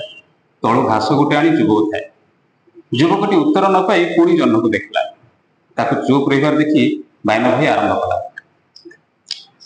आज गुना साहू झील बाहर थिला तो गुना साहू पुओ रुद्र मो सांग से कहला बायन तू न रही किसी हम गाँ लोक कुकुड़ा और गोरजात्री खासी कारण ना रोषिया जहाँ चुली बाहरला बायन तू आगे चाख दिन सारा चाखी चाखी पेट गड़ बर आसी गाँ मुंडे मु कहली ना आउ हम टिके सफा कर दी आस एतक कही बायन भाई लंबा हाइटे मारला बायन भाई कथा शुणी युवकटी विरक्त है तुमको कौन मुझे पचारि आउ गोटे कथा ये राति 1टाए गाँ पाखे कौटी तुमको जगह मिललानी तुम एत बाट आस पेट सफा कर युवक को राग थोर देखी बायन भाई से चिराचरित हस हसी हसी कहला जार जमी अभ्यास ना अभ्यास कौन बदल हम आम गाँ महापात्र गुड़ा तार एमती नीति राति 1टाए पेट डाक पायखाना पसंद नहीं बिल को जाए दिने गाँव में चोर पशिले किए गोटे पुलिस की फोन कर दी पुलिस गाँ को पशिला बेलू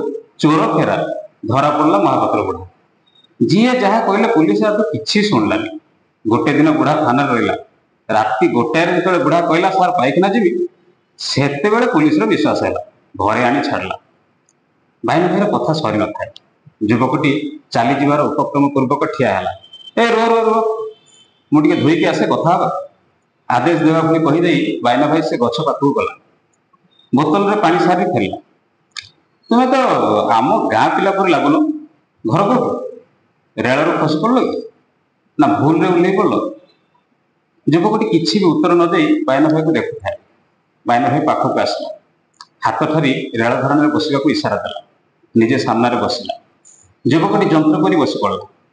ବାଇନ ଭାଇ ପୁଣି ଆରମ୍ଭ କଲା। ଏମିତି ହୁଏ, ବେଳେ ବେଳେ ଏମିତି ହୁଏ। ଥରେ ମୁଁ ସୁରଟରୁ ଫେରୁଥାଏ, ଗୋଟେ ଜାଗାରେ ଟ୍ରେନ ବହୁତ ସମୟ ରହିଲା, ସନ୍ଧ୍ୟା ହେଇ ଆସିଥାଏ। ପାଖରେ ଘାସ ପଡ଼ିଆ ଦେଖି ମୁଁ ବୋତଲଟେ ନେଇ ଚାଲିଗଲି। ଠିକ ଉଶ୍ୱାସ ହେଲା ବେଳକୁ ଟ୍ରେନ ଛାଡ଼ିଦେଲା। ଆମ ଗାଁ ପିଲା ସବୁ ଟ୍ରେନରେ ଥିଲେ ବୋଲି ସିନା ସେ ଗାଡ଼ିରେ ମୋ ଜିନିଷପତ୍ର ନେଇ ଗାଁରେ ସବୁ ପହଞ୍ଚେଇଲେ, ଆଉ ତୁମେ ସେଇଠୁ ଉଶ୍ୱାସ ହେଇ ଗାଁକୁ ଫେରିଲ ନାହିଁ। ଟିକେ ହସିକି ପଚାରିଲା ଯୁବକଟି।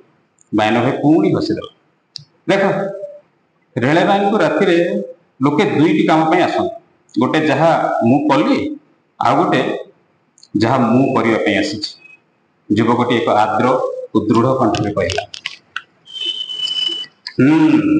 ମତେ ଲାଗୁଥିଲା ଇଏ ସୁଇସାଇଡ କେସ୍। ହଉ, କିଛି ଖାଇଛ ନା ଡାଇରେକ୍ଟ ଟ୍ରେନରେ କଟିବ ବୋଲି ଆଇଛ? ଯୁବକଟି ଆଶ୍ଚର୍ଯ୍ୟ ହେଇ ଦେଖିଲା, କହିଲା ହଁ, ରୁଟି ଖାଇଛି। ଆରେ ମୁଁ ସେ ଖାଇବା କଥା ପଚାରିନି, ଏଇ ନିଦ ବଟିକା, ବାଇଗଣ ବେଶ ଏମିତି ସବୁ ଖାଇକି ଆସନ୍ତି ନା ରେଳ ଲାଇନକୁ, ସେସବୁ ଖାଇଛ କି ନାହିଁ? ଯୁବକଟି ମୁଣ୍ଡ ହଲେଇ ଇଶାରାରେ ମନା କଲା। ହଉ, ଇଏ ମରିବ ବୋଲି ନିଷ୍ପତ୍ତିଟା କେତେବେଳେ ନେଲ? ମାନେ ବହୁତ ଦିନ ଆଗରୁ ଭାବୁଥିଲ ନା ଆଜି ସନ୍ଧ୍ୟାରେ ହଠାତ୍ ଭାବିଲ ମରିଯିବ ବୋଲି? ଯୁବକଟି ସେମିତି ଚୁପ୍। ସେ ବୋଧେ ଚାହୁଁଥିଲା ବାଇନ ଭାଇ ସହିତ ଚାଲିଯାଏ। ହାତ ଘଡ଼ି ଦେଖିଲା।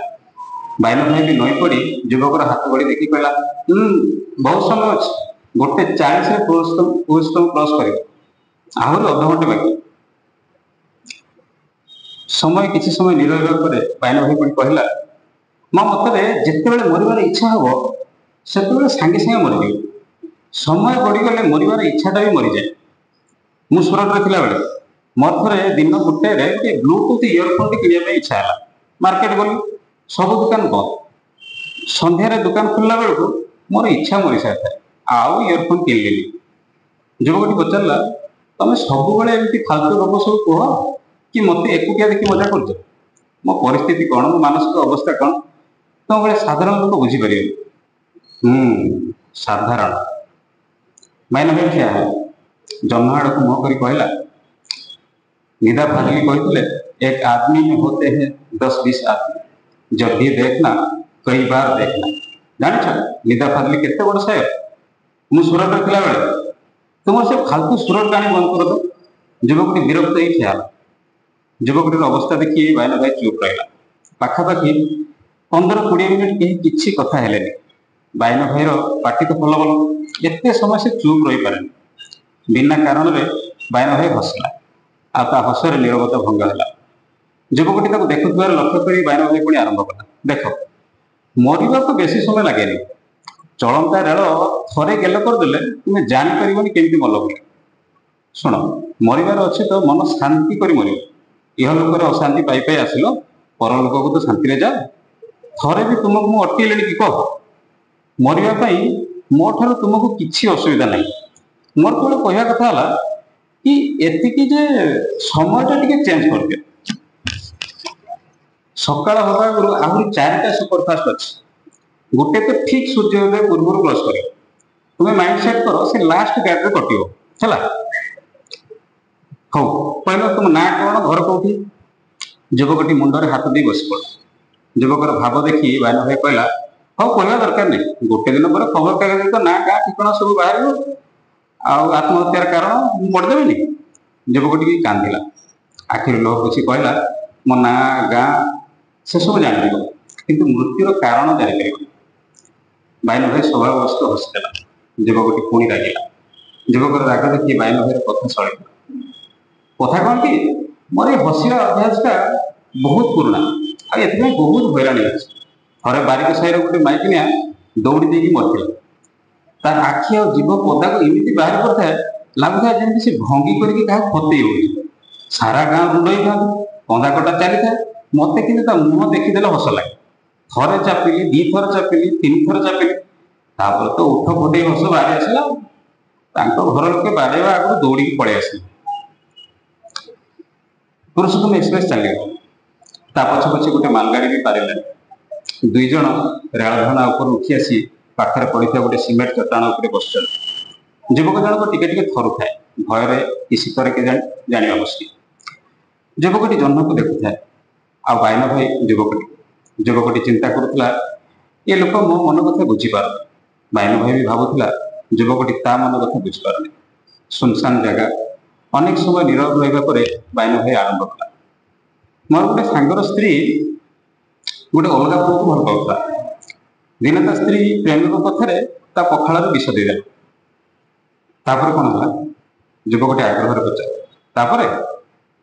मो सांग जापारा से पखाड़ खाइलानी एवं से स्त्री रांधणा भल लगुनि कही सब होटेल खाऊ बाइन भाई मुहर कथा छड़ाई नहीं युवकटी प्रश्न कला एत अविश्वास कौन स्वामी स्त्री ही गोटे घर रही हम बाइन भाई कहला हाँ रही हुए फेसबुक डीपी रे व्हाट्सएप स्टेटस रे गोटे सुंदर हस हस परिवार देखा पड़े तुम्हें फेसबुक व्हाट्सएप जान युवकटी आश्चर्य पचार कथा कौन कि सूरत थिला बेले बाइन भाई कथा अधा काटी युवक कहला हाँ हाँ बुझीगली हाँ किसी समय निरवत पर बाइन भाई पचारा तुमर भी स्त्री सेमती किसी करछि कि ना ना से जहाँ करछि मो सामने करछि युवकर कथा शुणी बाइन भाई थोड़ा हसला ता हस आ युवक को विरक्त कलानी बाइन भाई युवक को कहला देख केते जल्दी मो विरक्तिकर हस तुम देह सुहा हो गला कि नहीं एमती टिके टिके सहवा शिखिगले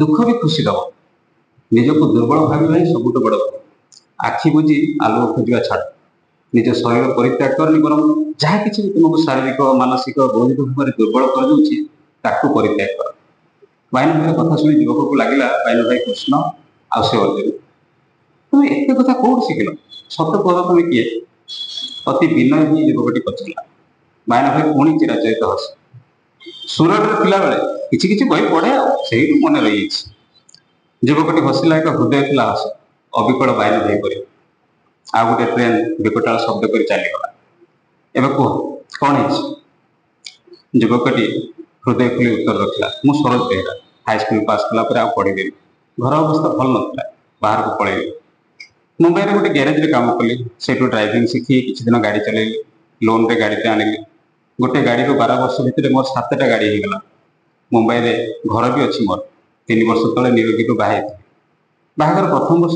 ठीक थिला मो पाखरे 5टा उड़िया पिला ड्राइविंग कर मो स्त्री तार गोटे सांग को ड्राइवर रखापी कहला रखीदे मुझे जानी नी से एत कांड कर कौ कौ कांदी पकाए सरोज आपर मो स्त्री को जीवन को अधिक भल पाए तार पाठ अधिक बाहागर पर सब जगार सब रोजगार ता एकाउंट रखुथी 4 दिन राजस्थान जाइए भड़ा सबुदिन सकाଳେ ସନ୍ଧ୍ୟାରେ ତା ସହିତ କଥା ହୁଏ फेरिकी देखिली से घरे ना पड़ोशी कहले 3 दिन है घर ताला पड़ी गाँ को फोन कली घर को फोन कली कहीं किसी जानना कहले थाना मिसिंग कंप्लेन देले से जो दिन जा सांग बोली कहूँ से ड्राइवर भी से दिन काम को आसेनी घर सहित कथा ही जानते से दुहे आगुरी भल पाते बापा कथार अपहरण केस देवा थाना गले थाना वाला केस रखिले कहले इनक्वारी पर केस रेजिस्ट्री हो तू तो स्त्री को मार दी मुझे भल पाऊँ मो स्त्री कौन मारिपारि कौन कर गोड़ा मुझे एमती कहीं कला मो इज्जत ता इज्जत 2 परिवार इज्जत सब मारिदेवी से सरोज कांदु थाए बाइन भाई को देखु थाए भावु थाए बाबू बाइन भाई एवं पुणी आउ थे हस बाइन भाई किंतु हसिलानी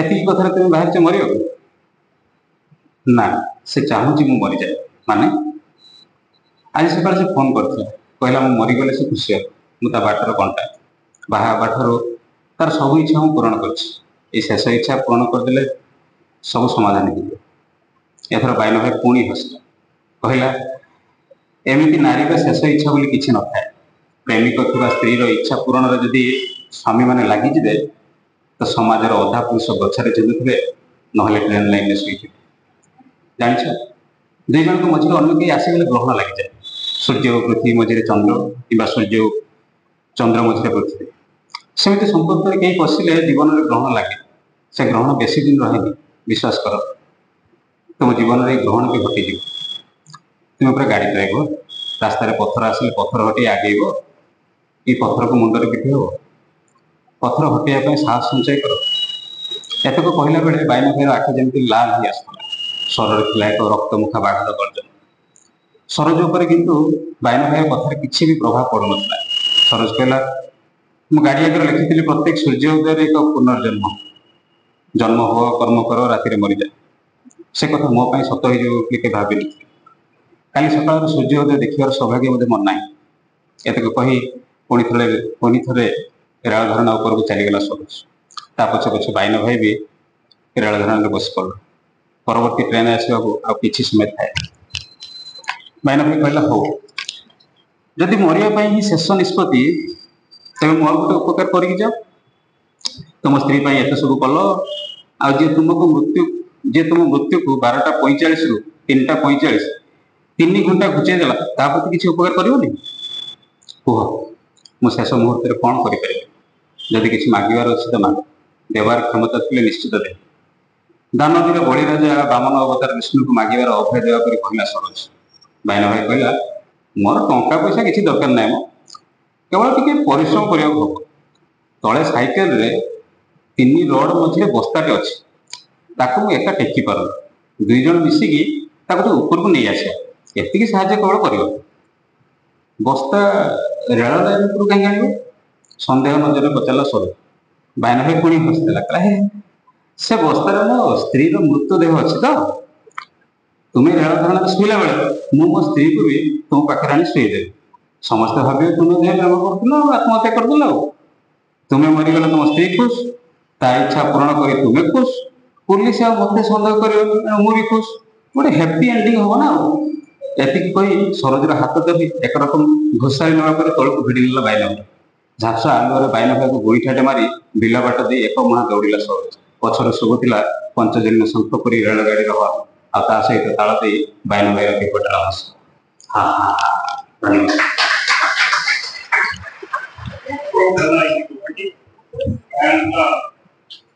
भाषा मानक व्यवस्था आर्थिक होता कथोपकथन जहाँ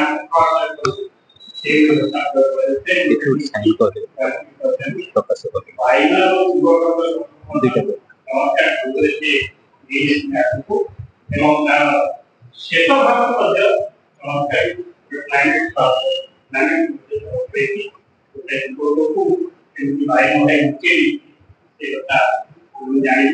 आपण बर्तमान प्रश्न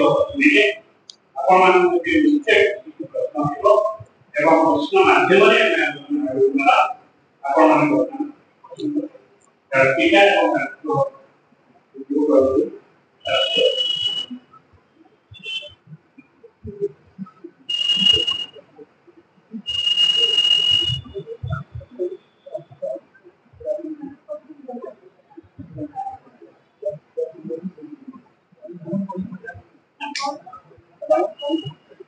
सामान्य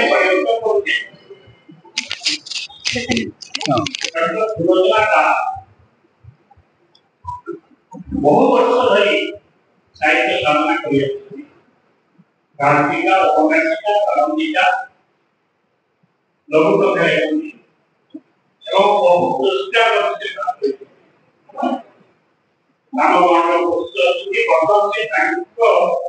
कर्तव्य रखिले चाहिए गप संबंध उपन्यास संबंध जहाँ से चाहिए साहित्य संबंध जहाँ से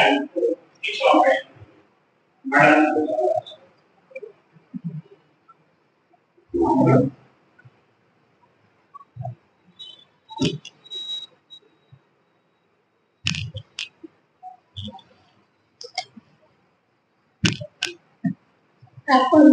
समस्त मोर अनेक अनेक भल पाइबा मंचासीन सभापति महोदय मोर अत्यंत आत्मीय बंधु एवं प्रज्ञा प्रज्ञा किरण बाबू समस्त मोर बहुत भल पाइबा छड़ा श्रद्धा सम्मान कौन कहीं मो पाखे देला किसी ना এইটা কেবল ମୋ ନିଜସ୍ୱ ମୋ ରବା को आउଥରେ ଗାଳି ଦେବି शुभेच्छा की भल पाइबा जड़ेगी गाଳି देवी ମୁଁ ମନା କରିଥିଲି ଯେ ରବାବୁ ମୋ କୌଣସି ପରି ଉଦ୍ଘାଟନ ହେଇନି ସେ ଆଉଥରେ ଆପଣ ଗୋଟେ ଗପ ଘରେ କରିଥିଲେ ଏଥର ବି ନିଜ ଯାକ କଲେ ଆଉ ମୋ 60 ଖଣ୍ଡ ବହି ମୁଁ କିଛି କେବେ ଉଦ୍ଘାଟନ ହେଇନି ମୋ ନିଜର ମୁଁ ଏତେ ଜଞ୍ଜାଳି ମଣିଷଟେ ଯେ ମୋ ଜୀବନଟା ଏତେ ସଂଘର୍ଷମୟ ଯେ ମୁଁ ତା ଭିତରେ ବୁଡ଼ି ରହିଥାଏ। ପୂର୍ବରୁ କେତେବେଳେ ସମୟ ଅତିକ୍ରାନ୍ତ ହେଇ ଆସିଲାଣି, ସରି ଆସିଲାଣି, କିନ୍ତୁ ଏତେ ଭଲ ପାଇବା ମୁଁ ପାଇଛି ସଂସାରକୁ, ସେ ଭଲ ପାଇବା ମୋ ପ୍ରାପ୍ତି ଆସିଛି। ମୁଁ ବିଶ୍ୱାସ କରେ ସେତିକି ମୁଁ ନେଇକି ସଂସାରକୁ ଗଲେ ମୋ ଜୀବନ ଧନ୍ୟ। ଆଉ ସେଇ ଭଲ ପାଇବାରେ ଟିକେ ପୁଣି ଆଉ ଟିକେ ଯୋଡ଼ି ଦେଇଛନ୍ତି ରବାବୁ ଆପଣମାନେ ସମସ୍ତେ। ତେଣୁ ସେ ଭଲ ପାଇବାକୁ କୃତଜ୍ଞତାର ସହିତ ସ୍ୱୀକାର କରୁଛି, ସମ୍ମାନ ରହୁଛି। ଅନନ୍ତ କୋଟି ବିଶ୍ୱ ବ୍ରହ୍ମାଣ୍ଡ, ଏଇ ବିଶ୍ୱ ବ୍ରହ୍ମାଣ୍ଡରେ ପ୍ରତ୍ୟେକ ଦିନ ପ୍ରତ୍ୟେକ ମୁହୂର୍ତ୍ତରେ ଗପ ରଚିତ ହେଉଛି, କାହାଣୀ ଲେଖା ହଉଛି, ଉପନ୍ୟାସ ଲେଖା ହଉଛି, କବିତା ଲେଖା ହଉଛି ଏବଂ ପ୍ରତ୍ୟେକ ମୁହୂର୍ତ୍ତରେ ଗୋଟିଏ ଗୋଟିଏ ଶବ୍ଦ ବ୍ରହ୍ମ ସେଇ ଅସମାପ୍ତ ବିଶାଳକାୟ ଗ୍ରନ୍ଥରେ ସଂଯୁକ୍ତ, ଯେଉଁ ଗ୍ରନ୍ଥ ନିଜେ ସ୍ରଷ୍ଟ ରଚନା କରିଯାଇଛି। ତେଣୁ ଗଳ୍ପ ବା ଚରିତ୍ର ଆମ ଚତୁଃପାର୍ଶ୍ୱରେ ଘୁରି ବୁଲୁଛନ୍ତି, କାହାଣୀ ଆମ ଚତୁଃପାର୍ଶ୍ୱରେ ଘୁରି ବୁଲୁଛନ୍ତି। ପ୍ରତ୍ୟେକ ବ୍ୟକ୍ତିର ଗୋଟିଏ ଗୋଟିଏ ନିଜସ୍ୱ କାହାଣୀ ରହିଛି। ପ୍ରତ୍ୟେକ ବ୍ୟକ୍ତି କାହାର ଦୁଃଖର ଟିକେ ଯାହା କହୁଥିଲେ, ଟିକେ ଗପ କୁହାଗଲା, ଆପଣମାନଙ୍କୁ ଜାଣିଲେ ପ୍ରତ୍ୟେକ ଲୋକର ଦୁଃଖ ଅଛି, ପ୍ରତ୍ୟେକ ଲୋକର ସମସ୍ୟା ଅଛି, ପ୍ରତ୍ୟେକ ଲୋକର ଖୁସି ଅଛି, ଆନନ୍ଦ ଅଛି, ପ୍ରେମ ଅଛି, ବହୁତ କଥା ଅଛି। ତେଣୁ ସେମାନେ ଗୋଟିଏ ଗୋଟିଏ ଚରିତ୍ର ଏବଂ ସେମାନଙ୍କର ଜୀବନ ହେଉଛି ଗୋଟିଏ ଗୋଟିଏ ଉପନ୍ୟାସ। ତେଣୁ ଗପଟିଏ ମୁଁ କାହିଁକି ଲେଖେ ବା ଆପଣମାନେ କାହିଁକି ଲେଖନ୍ତି? ଆପଣମାନେ ସମସ୍ତେ ଠିକ ଲେଖକ ବା ଲେଖିକା, ଆପଣମାନେ କାହିଁକି ଲେଖନ୍ତି? ଲେଖନ୍ତି ଏଇଥିପାଇଁ, ଯେତେବେଳେ ଆପଣମାନେ କୌଣସି ଗୋଟେ କାରଣ ଯନ୍ତ୍ରଣା ଛଟପଟ କରନ୍ତି ଏବଂ ଭାବନ୍ତି କେମିତି ସେ ଯନ୍ତ୍ରଣାଟାକୁ ମୁଁ ବ୍ୟକ୍ତ କରିବି, ବାହାର କରିବି, ଏବଂ ସେଇ ଯେଉଁ ଯନ୍ତ୍ରଣାଟା ପାଇଥାନ୍ତି ଆପଣ, ତାହା ପରୋକ୍ଷରେ ଆନନ୍ଦ ରୂପରେ ରୂପାୟିତ ହୋଇଥାଏ। ସେଇ ଆନନ୍ଦକୁ ବାଣ୍ଟିବା ପାଇଁ ଆପଣ ବିଶ୍ୱ ସମୁଦାୟକୁ ବାଣ୍ଟି ଦେଇଥାନ୍ତି ଏବଂ ବାଣ୍ଟିଲା ବେଳେ ତାହା ଗୋଟେ ଏଭଳି ଅମୃତ ବିନ୍ଦୁ ହେଇ ଝରି ଆସିଥାଏ, ଯେଉଁ ଅମୃତ ମହାସାଗର ମହାପ୍ଲାବନରେ ବିନ୍ଦୁଏ ବିନ୍ଦୁଏ ଶବ୍ଦ ବ୍ରହ୍ମ ବା ଅମୃତ ସ୍ୱରୂପ ମିଶି ତାହା ପ୍ଲାବନ ସୃଷ୍ଟି କରିଥାଏ। ତେଣୁ ପ୍ରତ୍ୟେକ ସ୍ରଷ୍ଟା, ସେ ଛୋଟ ହଉ ବଡ଼ ହଉ, କେହି ଛୋଟ ବଡ଼ ନାହିଁ। ଗୋଟିଏ ଗପଟିଏ ଲେଖିକିରି ମଧ୍ୟ ଜଣେ ଅମର ହେଇପାରେ, ଗୋଟିଏ ବହି ଲେଖିକିରି ମଧ୍ୟ ଅମର ହେଇପାରେ। ଆପଣମାନେ ଜାଣନ୍ତି ଯନ୍ତ୍ରଣା, ଏ ଯନ୍ତ୍ରଣା ନଥିଲେ ଜଣେ ଲେଖକ ବା ଲେଖିକା ହେଇପାରିବନି। ଆଉ ଯନ୍ତ୍ରଣା ଭିତରେ ହିଁ ସେ ଆନନ୍ଦର ଆସ୍ୱାଦନ ସେ କରିଥାଏ। ତା ନ ହେଇଥିଲେ ଚିର ଦୁଃଖ ଦେଖିକିରି କାହିଁକି ଜଣେ କଲମ ଧରିଥାନ୍ତା, ଆଦେଶକୁ ବାହାରି ଆସିଥାନ୍ତା? କାହିଁକି ଜଣେ ଦାସ କଥାକୁ ଦେଖିକିରି ଟଙ୍କା ସ୍କୁଟିରେ ଲେଖିଥାନ୍ତା? ବା କାହିଁକି ଦ୍ରୌପଦୀର ଦୁଃଖ ଦେଖି, ସୀତାଙ୍କର ଦୁଃଖ ଦେଖି ମହାକାବ୍ୟ ସୃଷ୍ଟି ହୋଇଥାନ୍ତା? ମୁଁ ବେଳେବେଳେ କହେ, ଭାବେ ଜଣେ ସ୍ରଷ୍ଟା ପୁରୁଷ ବା ସୃଜନଶୀଳ ବ୍ୟକ୍ତି ହେଉଛି ସେ ତାର ପ୍ରତ୍ୟେକ ଚରିତ୍ର ଭିତରେ ତାର ବାରମ୍ବାର କାୟା ପ୍ରବେଶ ହୋଇଥାଏ। ଏ ଯୋଉ କାୟା ପ୍ରବେଶ, ଏ କାୟା ପ୍ରବେଶ ମଧ୍ୟ ଗୋଟେ ସ୍ୱତନ୍ତ୍ର ଉପାଦାନରେ ସ୍ରଷ୍ଟାକୁ ସେ ଗଢ଼ିଥାନ୍ତି। ସ୍ରଷ୍ଟା ଗଢ଼ିଥାନ୍ତି ସେଇ ସୃଜନଶୀଳ ସୁନ୍ଦର ସ୍ୱପ୍ନ ନିର୍ଭର ସ୍ରଷ୍ଟାକୁ ଗଢ଼ିଥାନ୍ତି, ମହାନ ସ୍ରଷ୍ଟା। ତେଣୁ କାୟା ପ୍ରବେଶକୁ ଆପଣମାନେ ମହାଭାରତ କରୁଛନ୍ତି। ବ୍ୟାସ ଜଣେ ମହାଭାରତ ରଚନା କରୁଛନ୍ତି, ଜଣେ ବ୍ୟାସଦେବ। ଆମେ ଯାହାକୁ କୃଷ୍ଣ ବ୍ୟବହାର କରୁଛୁ, ଯାହାକୁ ଭଗବାନ କହୁଛୁ, ଇତ୍ୟାଦି ଇତ୍ୟାଦି କହୁଛୁ। ସେହି ଦ୍ରୌପଦୀ, ସେହି କୃଷ୍ଣ, ସେହି ଅର୍ଜୁନ, ସେହି ଧୃତରାଷ୍ଟ୍ର, ସେହି ଗାନ୍ଧାରୀ, ସେହି ପ୍ରତ୍ୟେକଟି ଚରିତ୍ରକୁ ଯେତେବେଳେ ବର୍ଣ୍ଣନା କରୁଛନ୍ତି, ସେ ତାରି ଭିତରେ ସେ ତାଙ୍କର ନିଜର କାୟା ପ୍ରବେଶ କରୁଛି ଏବଂ ତାର ମନସ୍ତକୁ, ତାର ଚିନ୍ତାଧାରାକୁ, ତାର ଦୁଃଖକୁ, ତାର ଆନନ୍ଦକୁ, ତାର ବିଷାଦକୁ, ତାର ସଫଳତାକୁ, ତାର ବିଫଳତାକୁ, ତାର ଯାବତୀୟ ଜୀବନର ଯନ୍ତ୍ରଣାକୁ বা সাফল্য আনন্দକୁ ସେ ନିଜେ ଆତ୍ମସ୍ଥ ହେଇ ତାକୁ ହଜମ କରୁଛନ୍ତି ଏବଂ ତାକୁ ଶବ୍ଦ ରୂପରେ ଫୁଟେଇଛନ୍ତି। ତେଣୁ ଜଣେ ସ୍ରଷ୍ଟା ପୁରୁଷ ସେ ମୁହେ ବା ଆପଣମାନେ ବା ଯିଏ ଗପଟିଏ କହୁଛି ଥିଲା କୁଆଟିଏ କହୁଛି ସେ ବି ଜଣେ ସୃଜନଶୀଳ ବ୍ୟକ୍ତି। ସେ ବି ସ୍ୱପ୍ନ ଦେଖେ, ସେ ବି ସେଇ ସ୍ୱପ୍ନରେ ବିଫଳ ହୁଏ ଏବଂ ତା ସ୍ୱପ୍ନକୁ ସେ ବାଣ୍ଟିବାକୁ ଚାହେଁ। କାରଣ ଆନନ୍ଦ ନ ବାଣ୍ଟିଲେ ତାର ମାଧୁର୍ଯ୍ୟ ବେଶୀ ଅନୁଭବ କରିବେ ନାହିଁ। ମୋ ଜୀବନରେ ମତେ ରବ କହିଥିଲା ଆପଣଙ୍କ ଜୀବନ ଲେଖା କଥା। ମୁଁ ଯଦି ବଞ୍ଚିଛି ଆଜି ଯାଏ ଲେଖୁଛି ବୋଲି ବଞ୍ଚିଛି। ଏ ବଞ୍ଚିବାରେ ମୋର ଯେତିକି ଆନନ୍ଦ, ଯେତିକି ପ୍ରାପ୍ତି, ଯେତିକି ସଫଳତା ମୁଁ ବହୁତ ପାଇଛି। ମୁଁ ପୁରସ୍କାର ପାଇନଥାଏ ସେ କଥା ମତେ ଦେଖାଦେବି। ଜଣେ ଜଣେ ଲୋକ ଗୋଟିଏ କାହାଣୀ ଏଠି ମୁଁ କହିବାକୁ ଚାହେଁ। ମୋର ଜନସଂଖ୍ୟାର ଗୋଟେ ଉପନ୍ୟାସଟା ପ୍ରକାଶ ପାଇଥିଲା। ମୁଁ ଗୋଟେ ଅନୁଭୂତିର କଥା କହିବାକୁ ଚାହୁଁଛି। ସେଇଟା ଥିଲା ଥକା କଣ୍ଢେଇର କାହାଣୀ। ଛୋଟ ଉପନ୍ୟାସଟିଏ ନା ବହି ପରବର୍ତ୍ତୀ କାଳରେ ଜଣେ ଭଦ୍ରଲୋକ ସେ ଉପନ୍ୟାସ ସେଇଟାକୁ ପଢିଥିଲି ମତେ ଫୋନ କଲେ, ଆପଣ ସୁଲୋଚନା ଦାସ କହୁଛନ୍ତି? ମୁଁ କହୁଥିଲି ଆଜ୍ଞା। ଆପଣ କିଏ କହୁଥିଲେ? ନା ମୁଁ ଜଣେ ପାଠକ କହୁଥିଲି। କଣ ହେଲା ନା ମୁଁ ଏମିତି ଜନସଂଖ୍ୟାର କହିଲି ଇଏ କରି। ତାପରେ 2 ମିନିଟ୍ ଖଣ୍ଡେ ସେ ନୀରବ କଲେ। ମୁଁ ଫୋନଟା ଧରିଥାଏ। ତାପରେ ସେ କାନ୍ଦିବାକୁ ଆରମ୍ଭ କଲେ। ଆପଣ ବିଶ୍ୱାସ କରିବେନି, ସତ କହୁଛି। କାନ୍ଦିଲେ ମୁଁ ଫୋନଟା ଧରିଛି ପ୍ରାୟ 15 ମିନିଟ୍। ଆଉ କିଛି କଥାବାର୍ତ୍ତା ନାହିଁ ଆମ ଭିତରେ। ମୁଁ ଫୋନଟା ଧରିଛି, ସେ କାନ୍ଦୁଥାଏ। ମୁଁ କଣ କହିବି, ମୁଁ ବାପାଙ୍କୁ ହେଇଗଲି। ତାପରେ ମୁଁ କହିଲି ମୁଁ ଆପଣଙ୍କ ଠାରେ ଦୁଃଖିତ ଆଜ୍ଞା, ମୁଁ ଆପଣଙ୍କୁ ଫୋନ ଦେଇଦେଲି। କଣ ପାଇଁ ଆପଣ କାନ୍ଦୁଛନ୍ତି ମୁଁ ବୁଝିପାରୁନି। ନା ମତେ କ୍ଷମା କରିବେ, ମୁଁ ପରେ ଆପଣଙ୍କ ସହିତ କଥା ହେବି। ଫୋନଟା ସେ ରଖିଲେ। ମୁଁ କିଛି ସମୟ ପର୍ଯ୍ୟନ୍ତ ମାନେ ସ୍ତବ୍ଧ ହେଇକି ପଥର ପାଖରେ ବସିଲେ। ଗୋଟେ କାନ୍ଦିଲେ କାହିଁକି?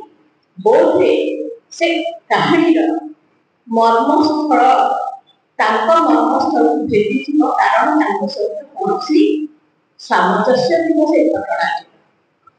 ଏମିତି ବହୁତ ଲୋକ ଥରେ ଜଣେ ଭଦ୍ରଲୋକ ଏଇ ମୋ କଥା କହିବାକୁ କହୁଥିଲେ। ଗୋଟେ ଦିଟା କଥା କହୁଛି। ଜଣେ ଭଦ୍ରଲୋକ ସତ୍ୟବାଦରେ ମୋର ବାହାର ଥାଏ। ଏଇ ଭୋର ବେଳା ସନ୍ନ୍ୟାସୀ ଧାରାବାହିକ ଭାବରେ ବାଲେଶ୍ୱରରୁ ଜଣେ ରିଟାୟାର୍ଡ ଅଧ୍ୟାପକ ଫୋନ କଲେ। ଆପଣ ସୁଲୋଚନା ଦାସ କହୁଛନ୍ତି? ବୋଲି ଆଜ୍ଞା କହୁଛି। କଣ ହେଲା? ନା ମୁଁ ପ୍ରଥମରୁ କହିଦଉଛି ଆଜ୍ଞା, ମୁଁ ଜଣେ ରିଟାୟାର୍ଡ ଅଧ୍ୟାପକ। ଆପଣଙ୍କୁ କହିଦଉଛି ଆପଣ ଫୋନ କାଟିବେ ନାହିଁ, ଅର୍ଡର କଲେ ଠିକ ଆଦେଶ ଆପଣଙ୍କୁ। ମୁଁ କହିଲି ମୁଁ କହିଲି ସେ ବୋଧେ ଭାବିଲେ ମୁଁ ତାଙ୍କର ଛାତ୍ରୀ କିଛି କହିବିନି। ନାଇଁ ଆଜ୍ଞା ଫୋନ କାଟୁନି, କହୁନାହାନ୍ତି। ମୁଁ ତାକୁ ଜାଣିନି, ମୁଁ ତ କିଛି ଅପରାଧ କଲା ଭଳି ଭାବୁନି ଆପଣଙ୍କ ପାଖରେ। ନା ମୁଁ ଗାଳି ଦେବାକୁ ଫୋନ କରିଛି। ମୁଁ କହିଲି ଆଜ୍ଞା କିଏ ସେ? ମୁଁ ତାକୁ ଚିହ୍ନି ପାରୁନି, କିଛି ଅପରାଧ ବି କଲା ଭଳି ମୋର ମନେ ପଡୁନି। ଆପଣ ମତେ ଗାଳି କାହିଁକି ଦେବେ? ନା ଦୟାକରି ଫୋନ କାଟିବେନି, ମୁଁ ଯାହା କହୁଛି ଦୟାକରି ଧୈର୍ଯ୍ୟର ସହିତ ଶୁଣନ୍ତୁ। କଣ ହେଲା ଟିକେ ହସ ପାଇଲା। କଣ ପାଇଁ ଏମିତି କରୁଛି? ଏମିତି ଜଣେ କହିପାରେ। ତାପରେ ସେ କହିଲେ ଆପଣ କଣ ଭାବିଛନ୍ତି ମିନୁକୁ ବିଧବା କରିଦେଇ ଆପଣ ସିନୁକୁ ବାହାଘର କରିବେ ବୋଲି? ମୁଁ ହେଠୁ ବୁଝିଗଲି ବୋଧେ ସେ ମାନେ ପତ୍ରିକାରେ ପଢିକି କହୁଛନ୍ତି। ମୁଁ କହିଲି ନାଇଁ ଆଜ୍ଞା ସେମିତି ନୁହେଁ। ତାପରେ ମତେ ଟିକେ ହାଲକା ଲାଗିଲା। ନା ସେମିତି ନୁହେଁ, ଆପଣ ବହିଟା ସମ୍ପୂର୍ଣ୍ଣ ଭାବରେ ପରିଷ୍କାର କରିବେ। ମୁଁ ମିନୁକୁ ବିଧବା କରିବି, ମୁଁ ବିଧବା ସେ ହେଲା ନା ଆପଣ କରିଛନ୍ତି, ଆପଣ ହେଲା। ଆଜ୍ଞା ମୁଁ କାନ୍ଦି କାନ୍ଦି କିଛି ନୂଆ ହେଇଗଲେଣି। କହିଲେ ଆପଣ କାହିଁକି କାନ୍ଦୁଥିଲେ? ବୋଧହୁଏ ତାଙ୍କର କେହି ଜଣେ ଆତ୍ମୀୟ ସେ ସେଇଭଳି ଭାବରେ କହିଛନ୍ତି। ମୁଁ ଆଉ କିଛି କହିଲିନି। କିନ୍ତୁ ମୁଁ ଭାବିଲି ଏମିତି ବହୁତ ଫୋନ ଆସେ। ମୁଁ ଏଇ ମୋ ବ୍ୟକ୍ତିଗତ କଥା କହୁଛି, ଆପଣମାନଙ୍କ କ୍ଷମା କରିବେ। ଏଇ ଯୋଉ ଅନୁଚିନ୍ତା ଶୁଣିକି ବହୁତ ଫୋନ ଆସେ। ଗାଁ ଗଣ୍ଡା ଯୋଉଠିକୁ ମୁଁ ଯାଏ ମତେ ପରିଚୟ ଦିଅନ୍ତି। ସଭା ସମିତିକୁ ଡାକିଲେ ପରିଚୟ ଦିଅନ୍ତି ଅନୁଚିନ୍ତା। ମୁଁ କେତେ ଦେଖିଲି ମୋ ଅନୁଚିନ୍ତା ଛଡା ଆଉ କିଛି ନାହିଁ, ଖାଲି ଅନୁଚିନ୍ତା। ଜଣେ ମାଛ ବେପାରୀ ସେ ବାରମ୍ବାର ଫୋନ କରେ, ଏବେ ଫୋନ କରେ। फोन करके कहला एमती कहे तबे आज्ञा एटा पढिली आज्ञा सेटा पढिली मु आज्ञा माछ बेपार करे आपण को फोन करछि आपण के घोड़ा को नहीं तो बोले आज्ञा आपण कोठी आपण माछ बेपार करछन के सुना बेपार करछन मु तो देखि मु कहीं घोड़ा करे छी ना कोन हैला एमती प्रथम सब कथा आज्ञा मो रात 3टा उठी जाए बजे की चल जाए माछ नहीं आसे माछ बिक्री कर दे बिक्री कर सारा ପରେ 10टा 11टा ଭିତରେ ମୋ ମାଛ ବେପାର ସରିଯାଏ ସରିଗଲା ପରେ ମୁଁ ଆଜ୍ଞା 2ଟା ଖବର କାଗଜ ଆଣେ ଆଉ ପତ୍ରପତ୍ରିକା ବି ନା ମୋ ପଢିଆ ନା ବୁଝି ମୁଁ ଆପଣଙ୍କୁ ବହୁତ ଭଲ ଜାଣିଛି ମୁଁ ଏଇଟା କହିଲେ ସବୁ କହୁଛି କାହିଁକି ଆପଣଙ୍କର ଖବର କାଗଜ ସବୁ ଆଗରୁ ଖବର କାଗଜ ଲେଖୁଥିଲି ସେଇଟା ସବୁ ପଢୁଥିଲି କହିଲେ ମୁଁ ଆପଣଙ୍କୁ ବହୁତ ଭଲ ପାଏ ଆପଣ କେମିତି ଆପଣ ଦେଖିବି ମୁଁ ଜାଣିନି ଆପଣ କଣ କରୁଛନ୍ତି ଜାଣିନି କିନ୍ତୁ ଆପଣ ଲେଖା ପଢୁଛନ୍ତି ମୁଁ ପଢୁଥିଲି ଭଲ ହେଲା ଫୋନ ନମ୍ବର ତଳେ ଅଛି ଏଇଭଳି ଆଉ ସବୁଠି କର୍ମ କଥା କହିବାକୁ ଚାହେଁ ମୋ ହଜବେଣ୍ଡ ଯେତେବେଳେ ଚାଲିଗଲେ କରୋନା ରାସ୍ତାରେ ବିଲେଇ ଛୁଆଟା ବି ଚାଲୁନଥିଲା ବିଲେଇ ଛୁଆଟା ବି ଚାଲୁନଥିଲା ସେତିକି ବେଳେ ହଠାତ୍ ଇଏ ଯୋଉ ଗଲେ ତାରେ ମୁଁ एकदम ବ୍ୟସ୍ତ ବିବ୍ରତ ମୋ ଭାଇ କଟକରେ ଅଛି ସେ କଟକ ସହରରେ ଥାଇ ମୋ ଆସିପାରିଲାନି ତାକୁ କରୋନା ହେଇଥାଏ ଭଉଣୀ ଭୁବନେଶ୍ୱର ଆସିପାରିଲାନି କେହି ନାହିଁ କିନ୍ତୁ 7 ଦିନ ଧରି ମୁଁ 200-300 ଫୋନ କଲ୍ ପାଇଛି ମତେ ବହୁତ ଲୋକ କଣ୍ଡୋଲେନ୍ସ ଜଣେଇଛନ୍ତି ଆଶ୍ୱାସନା ଦେଇଛନ୍ତି ମୋ ସାଙ୍ଗରେ କାନ୍ଦିଛନ୍ତି କେହି କେହି କାନ୍ଦିଛନ୍ତି କେହି କେହି ଏପର୍ଯ୍ୟନ୍ତ ଦେଖିନଥିବା ମୁହଁ ମୋର ବନ୍ଧୁ ଏଇଠି ରହିଛନ୍ତି କିଏ ଚୂଡ଼ାମଣିରେ ତ କିଏ ବାଲେଶ୍ୱରରେ ତ କିଏ ସମ୍ବଲପୁରରେ ତ କିଏ ବଲାଙ୍ଗୀରରେ ମୁଁ ତାଙ୍କୁ ମୁହଁ ବି ଦେଖିନି ଏପର୍ଯ୍ୟନ୍ତ ଏମିତି ଅଛନ୍ତି ଆଉ ସେ ଯୋଉ 7-8 ଦିନ ଧରି 200-300 ଫୋନ କଲ୍ ପାଇଲି ମୁଁ କହିଲି ଜୀବନରେ ମୋ ସତରେ ଦୁଃଖ ଚାଲିଗଲା ଏ ଦୁଃଖ ସବୁ ଯାଏନି କିନ୍ତୁ ମତେ ତ ଏତେ ଲୋକ ଫୋନ ପାଆନ୍ତି ଏଇଆ ଭାବିଲି ତେଣୁ ଜଣେ ସାହିତ୍ୟିକର କେତେ ପ୍ରାପ୍ତି ଆମେ ଆଜି ବ୍ୟାସ କି ଶାରଳା ଦାସ କି ବାଲ୍ମୀକି ଏମାନଙ୍କୁ ଆମେ କେହି ଦେଖିନେ କିନ୍ତୁ ତାଙ୍କ ପାଇଁ ଆମର ଯେତେ ଭଲ ପାଇବା ଯେତେ ଭକ୍ତି ଯେତେ ଶ୍ରଦ୍ଧା ତାହା ହିଁ ତ ଲେଖକର ପ୍ରାପ୍ତି ତାହା ହେଉଛି ଲେଖାର ପ୍ରାପ୍ତି ଗପର ପ୍ରାପ୍ତି କବିତାର ପ୍ରାପ୍ତି ଏସବୁ ହେଉଛି ଆପଣମାନଙ୍କ ପାଇଁ ମୁଁ କହୁଛି ଯାହା କହୁଛି ବ୍ୟକ୍ତିଗତ କଥା କହୁଛି ମୁଁ 17 ବର୍ଷରେ ବାହା ହେଇଥିଲି ପାଠ ପଢୁଥିଲି ମୋ ଶାଶୁ ନଥିଲେ କାଠ ଚୁଲିରେ ରୋଷେଇ କରିକି ମୁଁ ଢେମସା କଲେଜରେ ପାଠ ପଢୁଥାଏ ରାତି 4ଟାରୁ ମୁଁ ରୋଷେଇ କରିକି ଚୁଲି ପାଖରେ ଭାତ ଡାଲମା ଯାହା ତରକାରୀ ପତ୍ର କଣ ଥୋଇ ଦେଇକି ମୁଁ ସାଇନ୍ସ ପଢୁଥାଏ ସେତେବେଳେ ଯାଉଥିଲି ଏମଏ ପାସ୍ କଲା ଭିତରେ 3 ପୁଅ ଜନ୍ମ ହେଇଯାଇଥିଲି ରେଗୁଲାର ଷ୍ଟୁଡେଣ୍ଟ ଥିଲି ଆପଣ ମାନେ ବିଶ୍ୱାସ କରନ୍ତୁ କି ନ କରନ୍ତୁ ମୋ ପାହାଚ ଉପରେ ଭଡ଼ା ଘରେ ରହୁଥାଏ ଘର ବି ରହୁଥାଏ ମୋ ବାହାରର ଯିବାର ପାହାଚ ଉପରେ ବସିକି ରାତି 2ଟା 3ଟା ବେଳେ ବେଳେ କଣ ଇଚ୍ଛା ହୁଏ ଲେଖେ ସେ ଲେଖା କଣ ହୁଏ କାହିଁକି ହୁଏ ମୁଁ ଜାଣିନି ଏବଂ ସେଗୁଡ଼ାକ ସଫଳ ହେଇଛି କି ବିଫଳ ହେଇଛି ମୁଁ ଜାଣିନି ଏମିତି ବହୁତ ଅନୁଭୂତି ମୋର ଅଛି ଯୋଉ ଅନୁଭୂତି ସବୁ ମତେ ବହୁତ ଖୁସି ଲାଗେ ମୁଁ ପଢିଲା ବେଳେ ମଧ୍ୟ ଚାନ୍ସଲର୍ସ ପ୍ରାଇଜ୍ ପାଇଛି ଲେଖା ପାଇଁ ଏସବୁ ସବୁ ବହୁତ ଇଏ ହେଇଛି ଆଉ ଗୋଟେ କଥା ମୋ ବ୍ୟକ୍ତିଗତ କଥା ମୁଁ କହିବାକୁ ଚାହୁଁଛି ଥରେ ରାତି 11ଟା ବେଳେ ଜଣେ ଭଦ୍ରଲୋକ ମତେ ଫୋନ କଲେ ଫୋନ ନମ୍ବରଟା ସେଠୁ ମୁଁ କହିଲି କିଏ ଆପଣ କହୁଥିଲେ ନା ମୁଁ କ୍ୟାପ୍ଟେନ ଅମୁକ ବୋଲି କହିଲି କଣ ହେଲା ରାତି 11ଟା ବେଳେ ମୁଁ ଶୋଇଯାଏ ପ୍ରାୟ ଠିକ ରାତି 11ଟା ବେଳେ ଶୋଇଯାଇଥାଏ କଣ ହେଲା ଆପଣ କାହିଁକି ଫୋନ କଲେ କ୍ୟାପ୍ଟେନ କଣ ଫୋନ କଲେ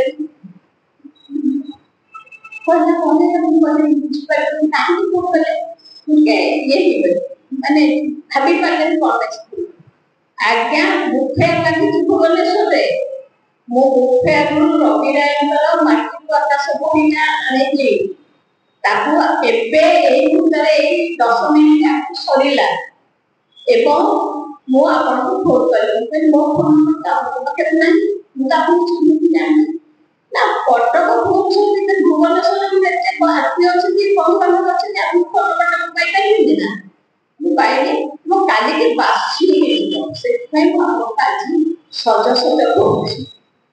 ମୁଁ କହିଲି ଯାହା ହଉ ଆପଣ ସଜସଜ ନା ଗୋଟେ ଉପନ୍ୟାସ ପଢିଲା ଭଳିଆ ମତେ ଲାଗିଲା। ଆପଣ ବହୁତ କଷ୍ଟ କରିଥିଲେ ନା। ମୁଁ କହିଲି ମୁଁ ତ ଜୀବନ ସାରା କଷ୍ଟ କର ଯିଏ ବି ଲେଖେ ଏବେ ଯୋଉ ଦିଦି ଗପ ପଢା ହେଲା ସେ ନଜରିଲେ ତା ଆତ୍ମା ଯଦି ନଜରିବ ଯନ୍ତ୍ରଣାରେ ସେ ଯଦି ଯନ୍ତ୍ରଣାରେ ନିଜେ ଦହି ନ ହବ ମନ୍ଥି ନ ହବ ତାହେଲେ ସେ କେବେ ଲେଖିପାରିବ ନାହିଁ। ମୁଁ ରବିରାଜଙ୍କୁ ଯୋଉ ମାଟିରୁ ଆକାଶ ପର୍ଯ୍ୟନ୍ତ ଥାର୍ଡ ଏପିସୋଡ ସରିଲାଣି ଆସିକିରି ସେଇଟା ମୁଁ ଲେଖିଲା ବେଳେ ମତେ ବହୁତ କଷ୍ଟ କରିବାକୁ ପଡୁଛି। ସେମିତି ରିସର୍ଚ୍ଚ କାମ କଲା ବେଳେ କଷ୍ଟ କରିବାକୁ ପଡୁଛି। ଏବେ ବି ମୁଁ ଲେଖିଲା ବେଳେ କଷ୍ଟ କରେ। ମୋ ସମୟ ମୋ ଖୁସିର ସମୟ ମୋର ଏନ୍ଜୟ କରିବାର ସମୟ କାମ କିଛି କରିବାର ସମୟ ସେ ସମୟକୁ ମୁଁ ମୋ ଲେଖନୀ ପାଖରେ ଦେଖିଦିଏ। ମୁଁ ଭାବେ ଭଗବାନ ପୁରସ୍କାର ଦରକାର ନାହିଁ। ପ୍ରଭୁ ହେ ଗଣେଶ ହେ ମା ସରସ୍ୱତୀ ମୋର ଇଷ୍ଟ ହଉଛନ୍ତି ଭଗବାନ କୃଷ୍ଣ ତମେ ମୋ ଲେଖନୀକୁ କାଢି ଛଡୁଥା ସେତିକି ମୋର ସବୁଠୁ ବଡ କାରଣ। ଆପଣମାନଙ୍କ ସ୍ନେହ ଶ୍ରଦ୍ଧା ଭଲ ପାଇବା ବହୁତ ଲୋକ ମତେ କହନ୍ତି ତମେ ବଡ ସୁଣ୍ଠା କଣ ସୁଣ୍ଠା ହେଲେ ଭାଇ ମୁଁ ସୁଣ୍ଠା ବନାଇନି ନା କୋଟି କୋଟି ଟଙ୍କା ପକେଇଛ ଖଣି ପକେଇଛ ଖର୍ଚ୍ଚ କରୁନ ସାହିତ୍ୟ ପାଇଁ କିନ୍ତୁ ସାହିତ୍ୟ ପାଇଁ କଣ ଖର୍ଚ୍ଚ କରିବି ନା ଖଣି ଫଳ ବହୁତ ଆତ୍ମୀୟ ଲୋକ ଭାରି ଜଣାଶୁଣା କରି କହନ୍ତି ତେଣୁ ଖଣି ଫଳ ବାହାର କର ଖର୍ଚ୍ଚ କର ସାହିତ୍ୟ ପାଇଁ। ମୁଁ କହିଲି ସାହିତ୍ୟ ପାଇଁ ମୁଁ ମୋ ଜୀବନକୁ ଖର୍ଚ୍ଚ କରୁଛି। ମୋର ପ୍ରତ୍ୟେକଟି ଖୁସିକୁ ମୋର ପ୍ରତ୍ୟେକଟି ଦୁଃଖକୁ ମୋର ପ୍ରତ୍ୟେକଟି ଅନୁଭବକୁ ମୋର ପ୍ରତ୍ୟେକଟି ଉପଲବ୍ଧିକୁ ମୁଁ ସାହିତ୍ୟ ପାଇଁ ଖର୍ଚ୍ଚ କରୁଛି। ତାଠୁ ମୋ ଭାଗ୍ୟ ହେଉଛି ମୋର ଟଙ୍କା ପଇସା ମୋର କୌଣସି ଆଠୁ ଆପଣଙ୍କ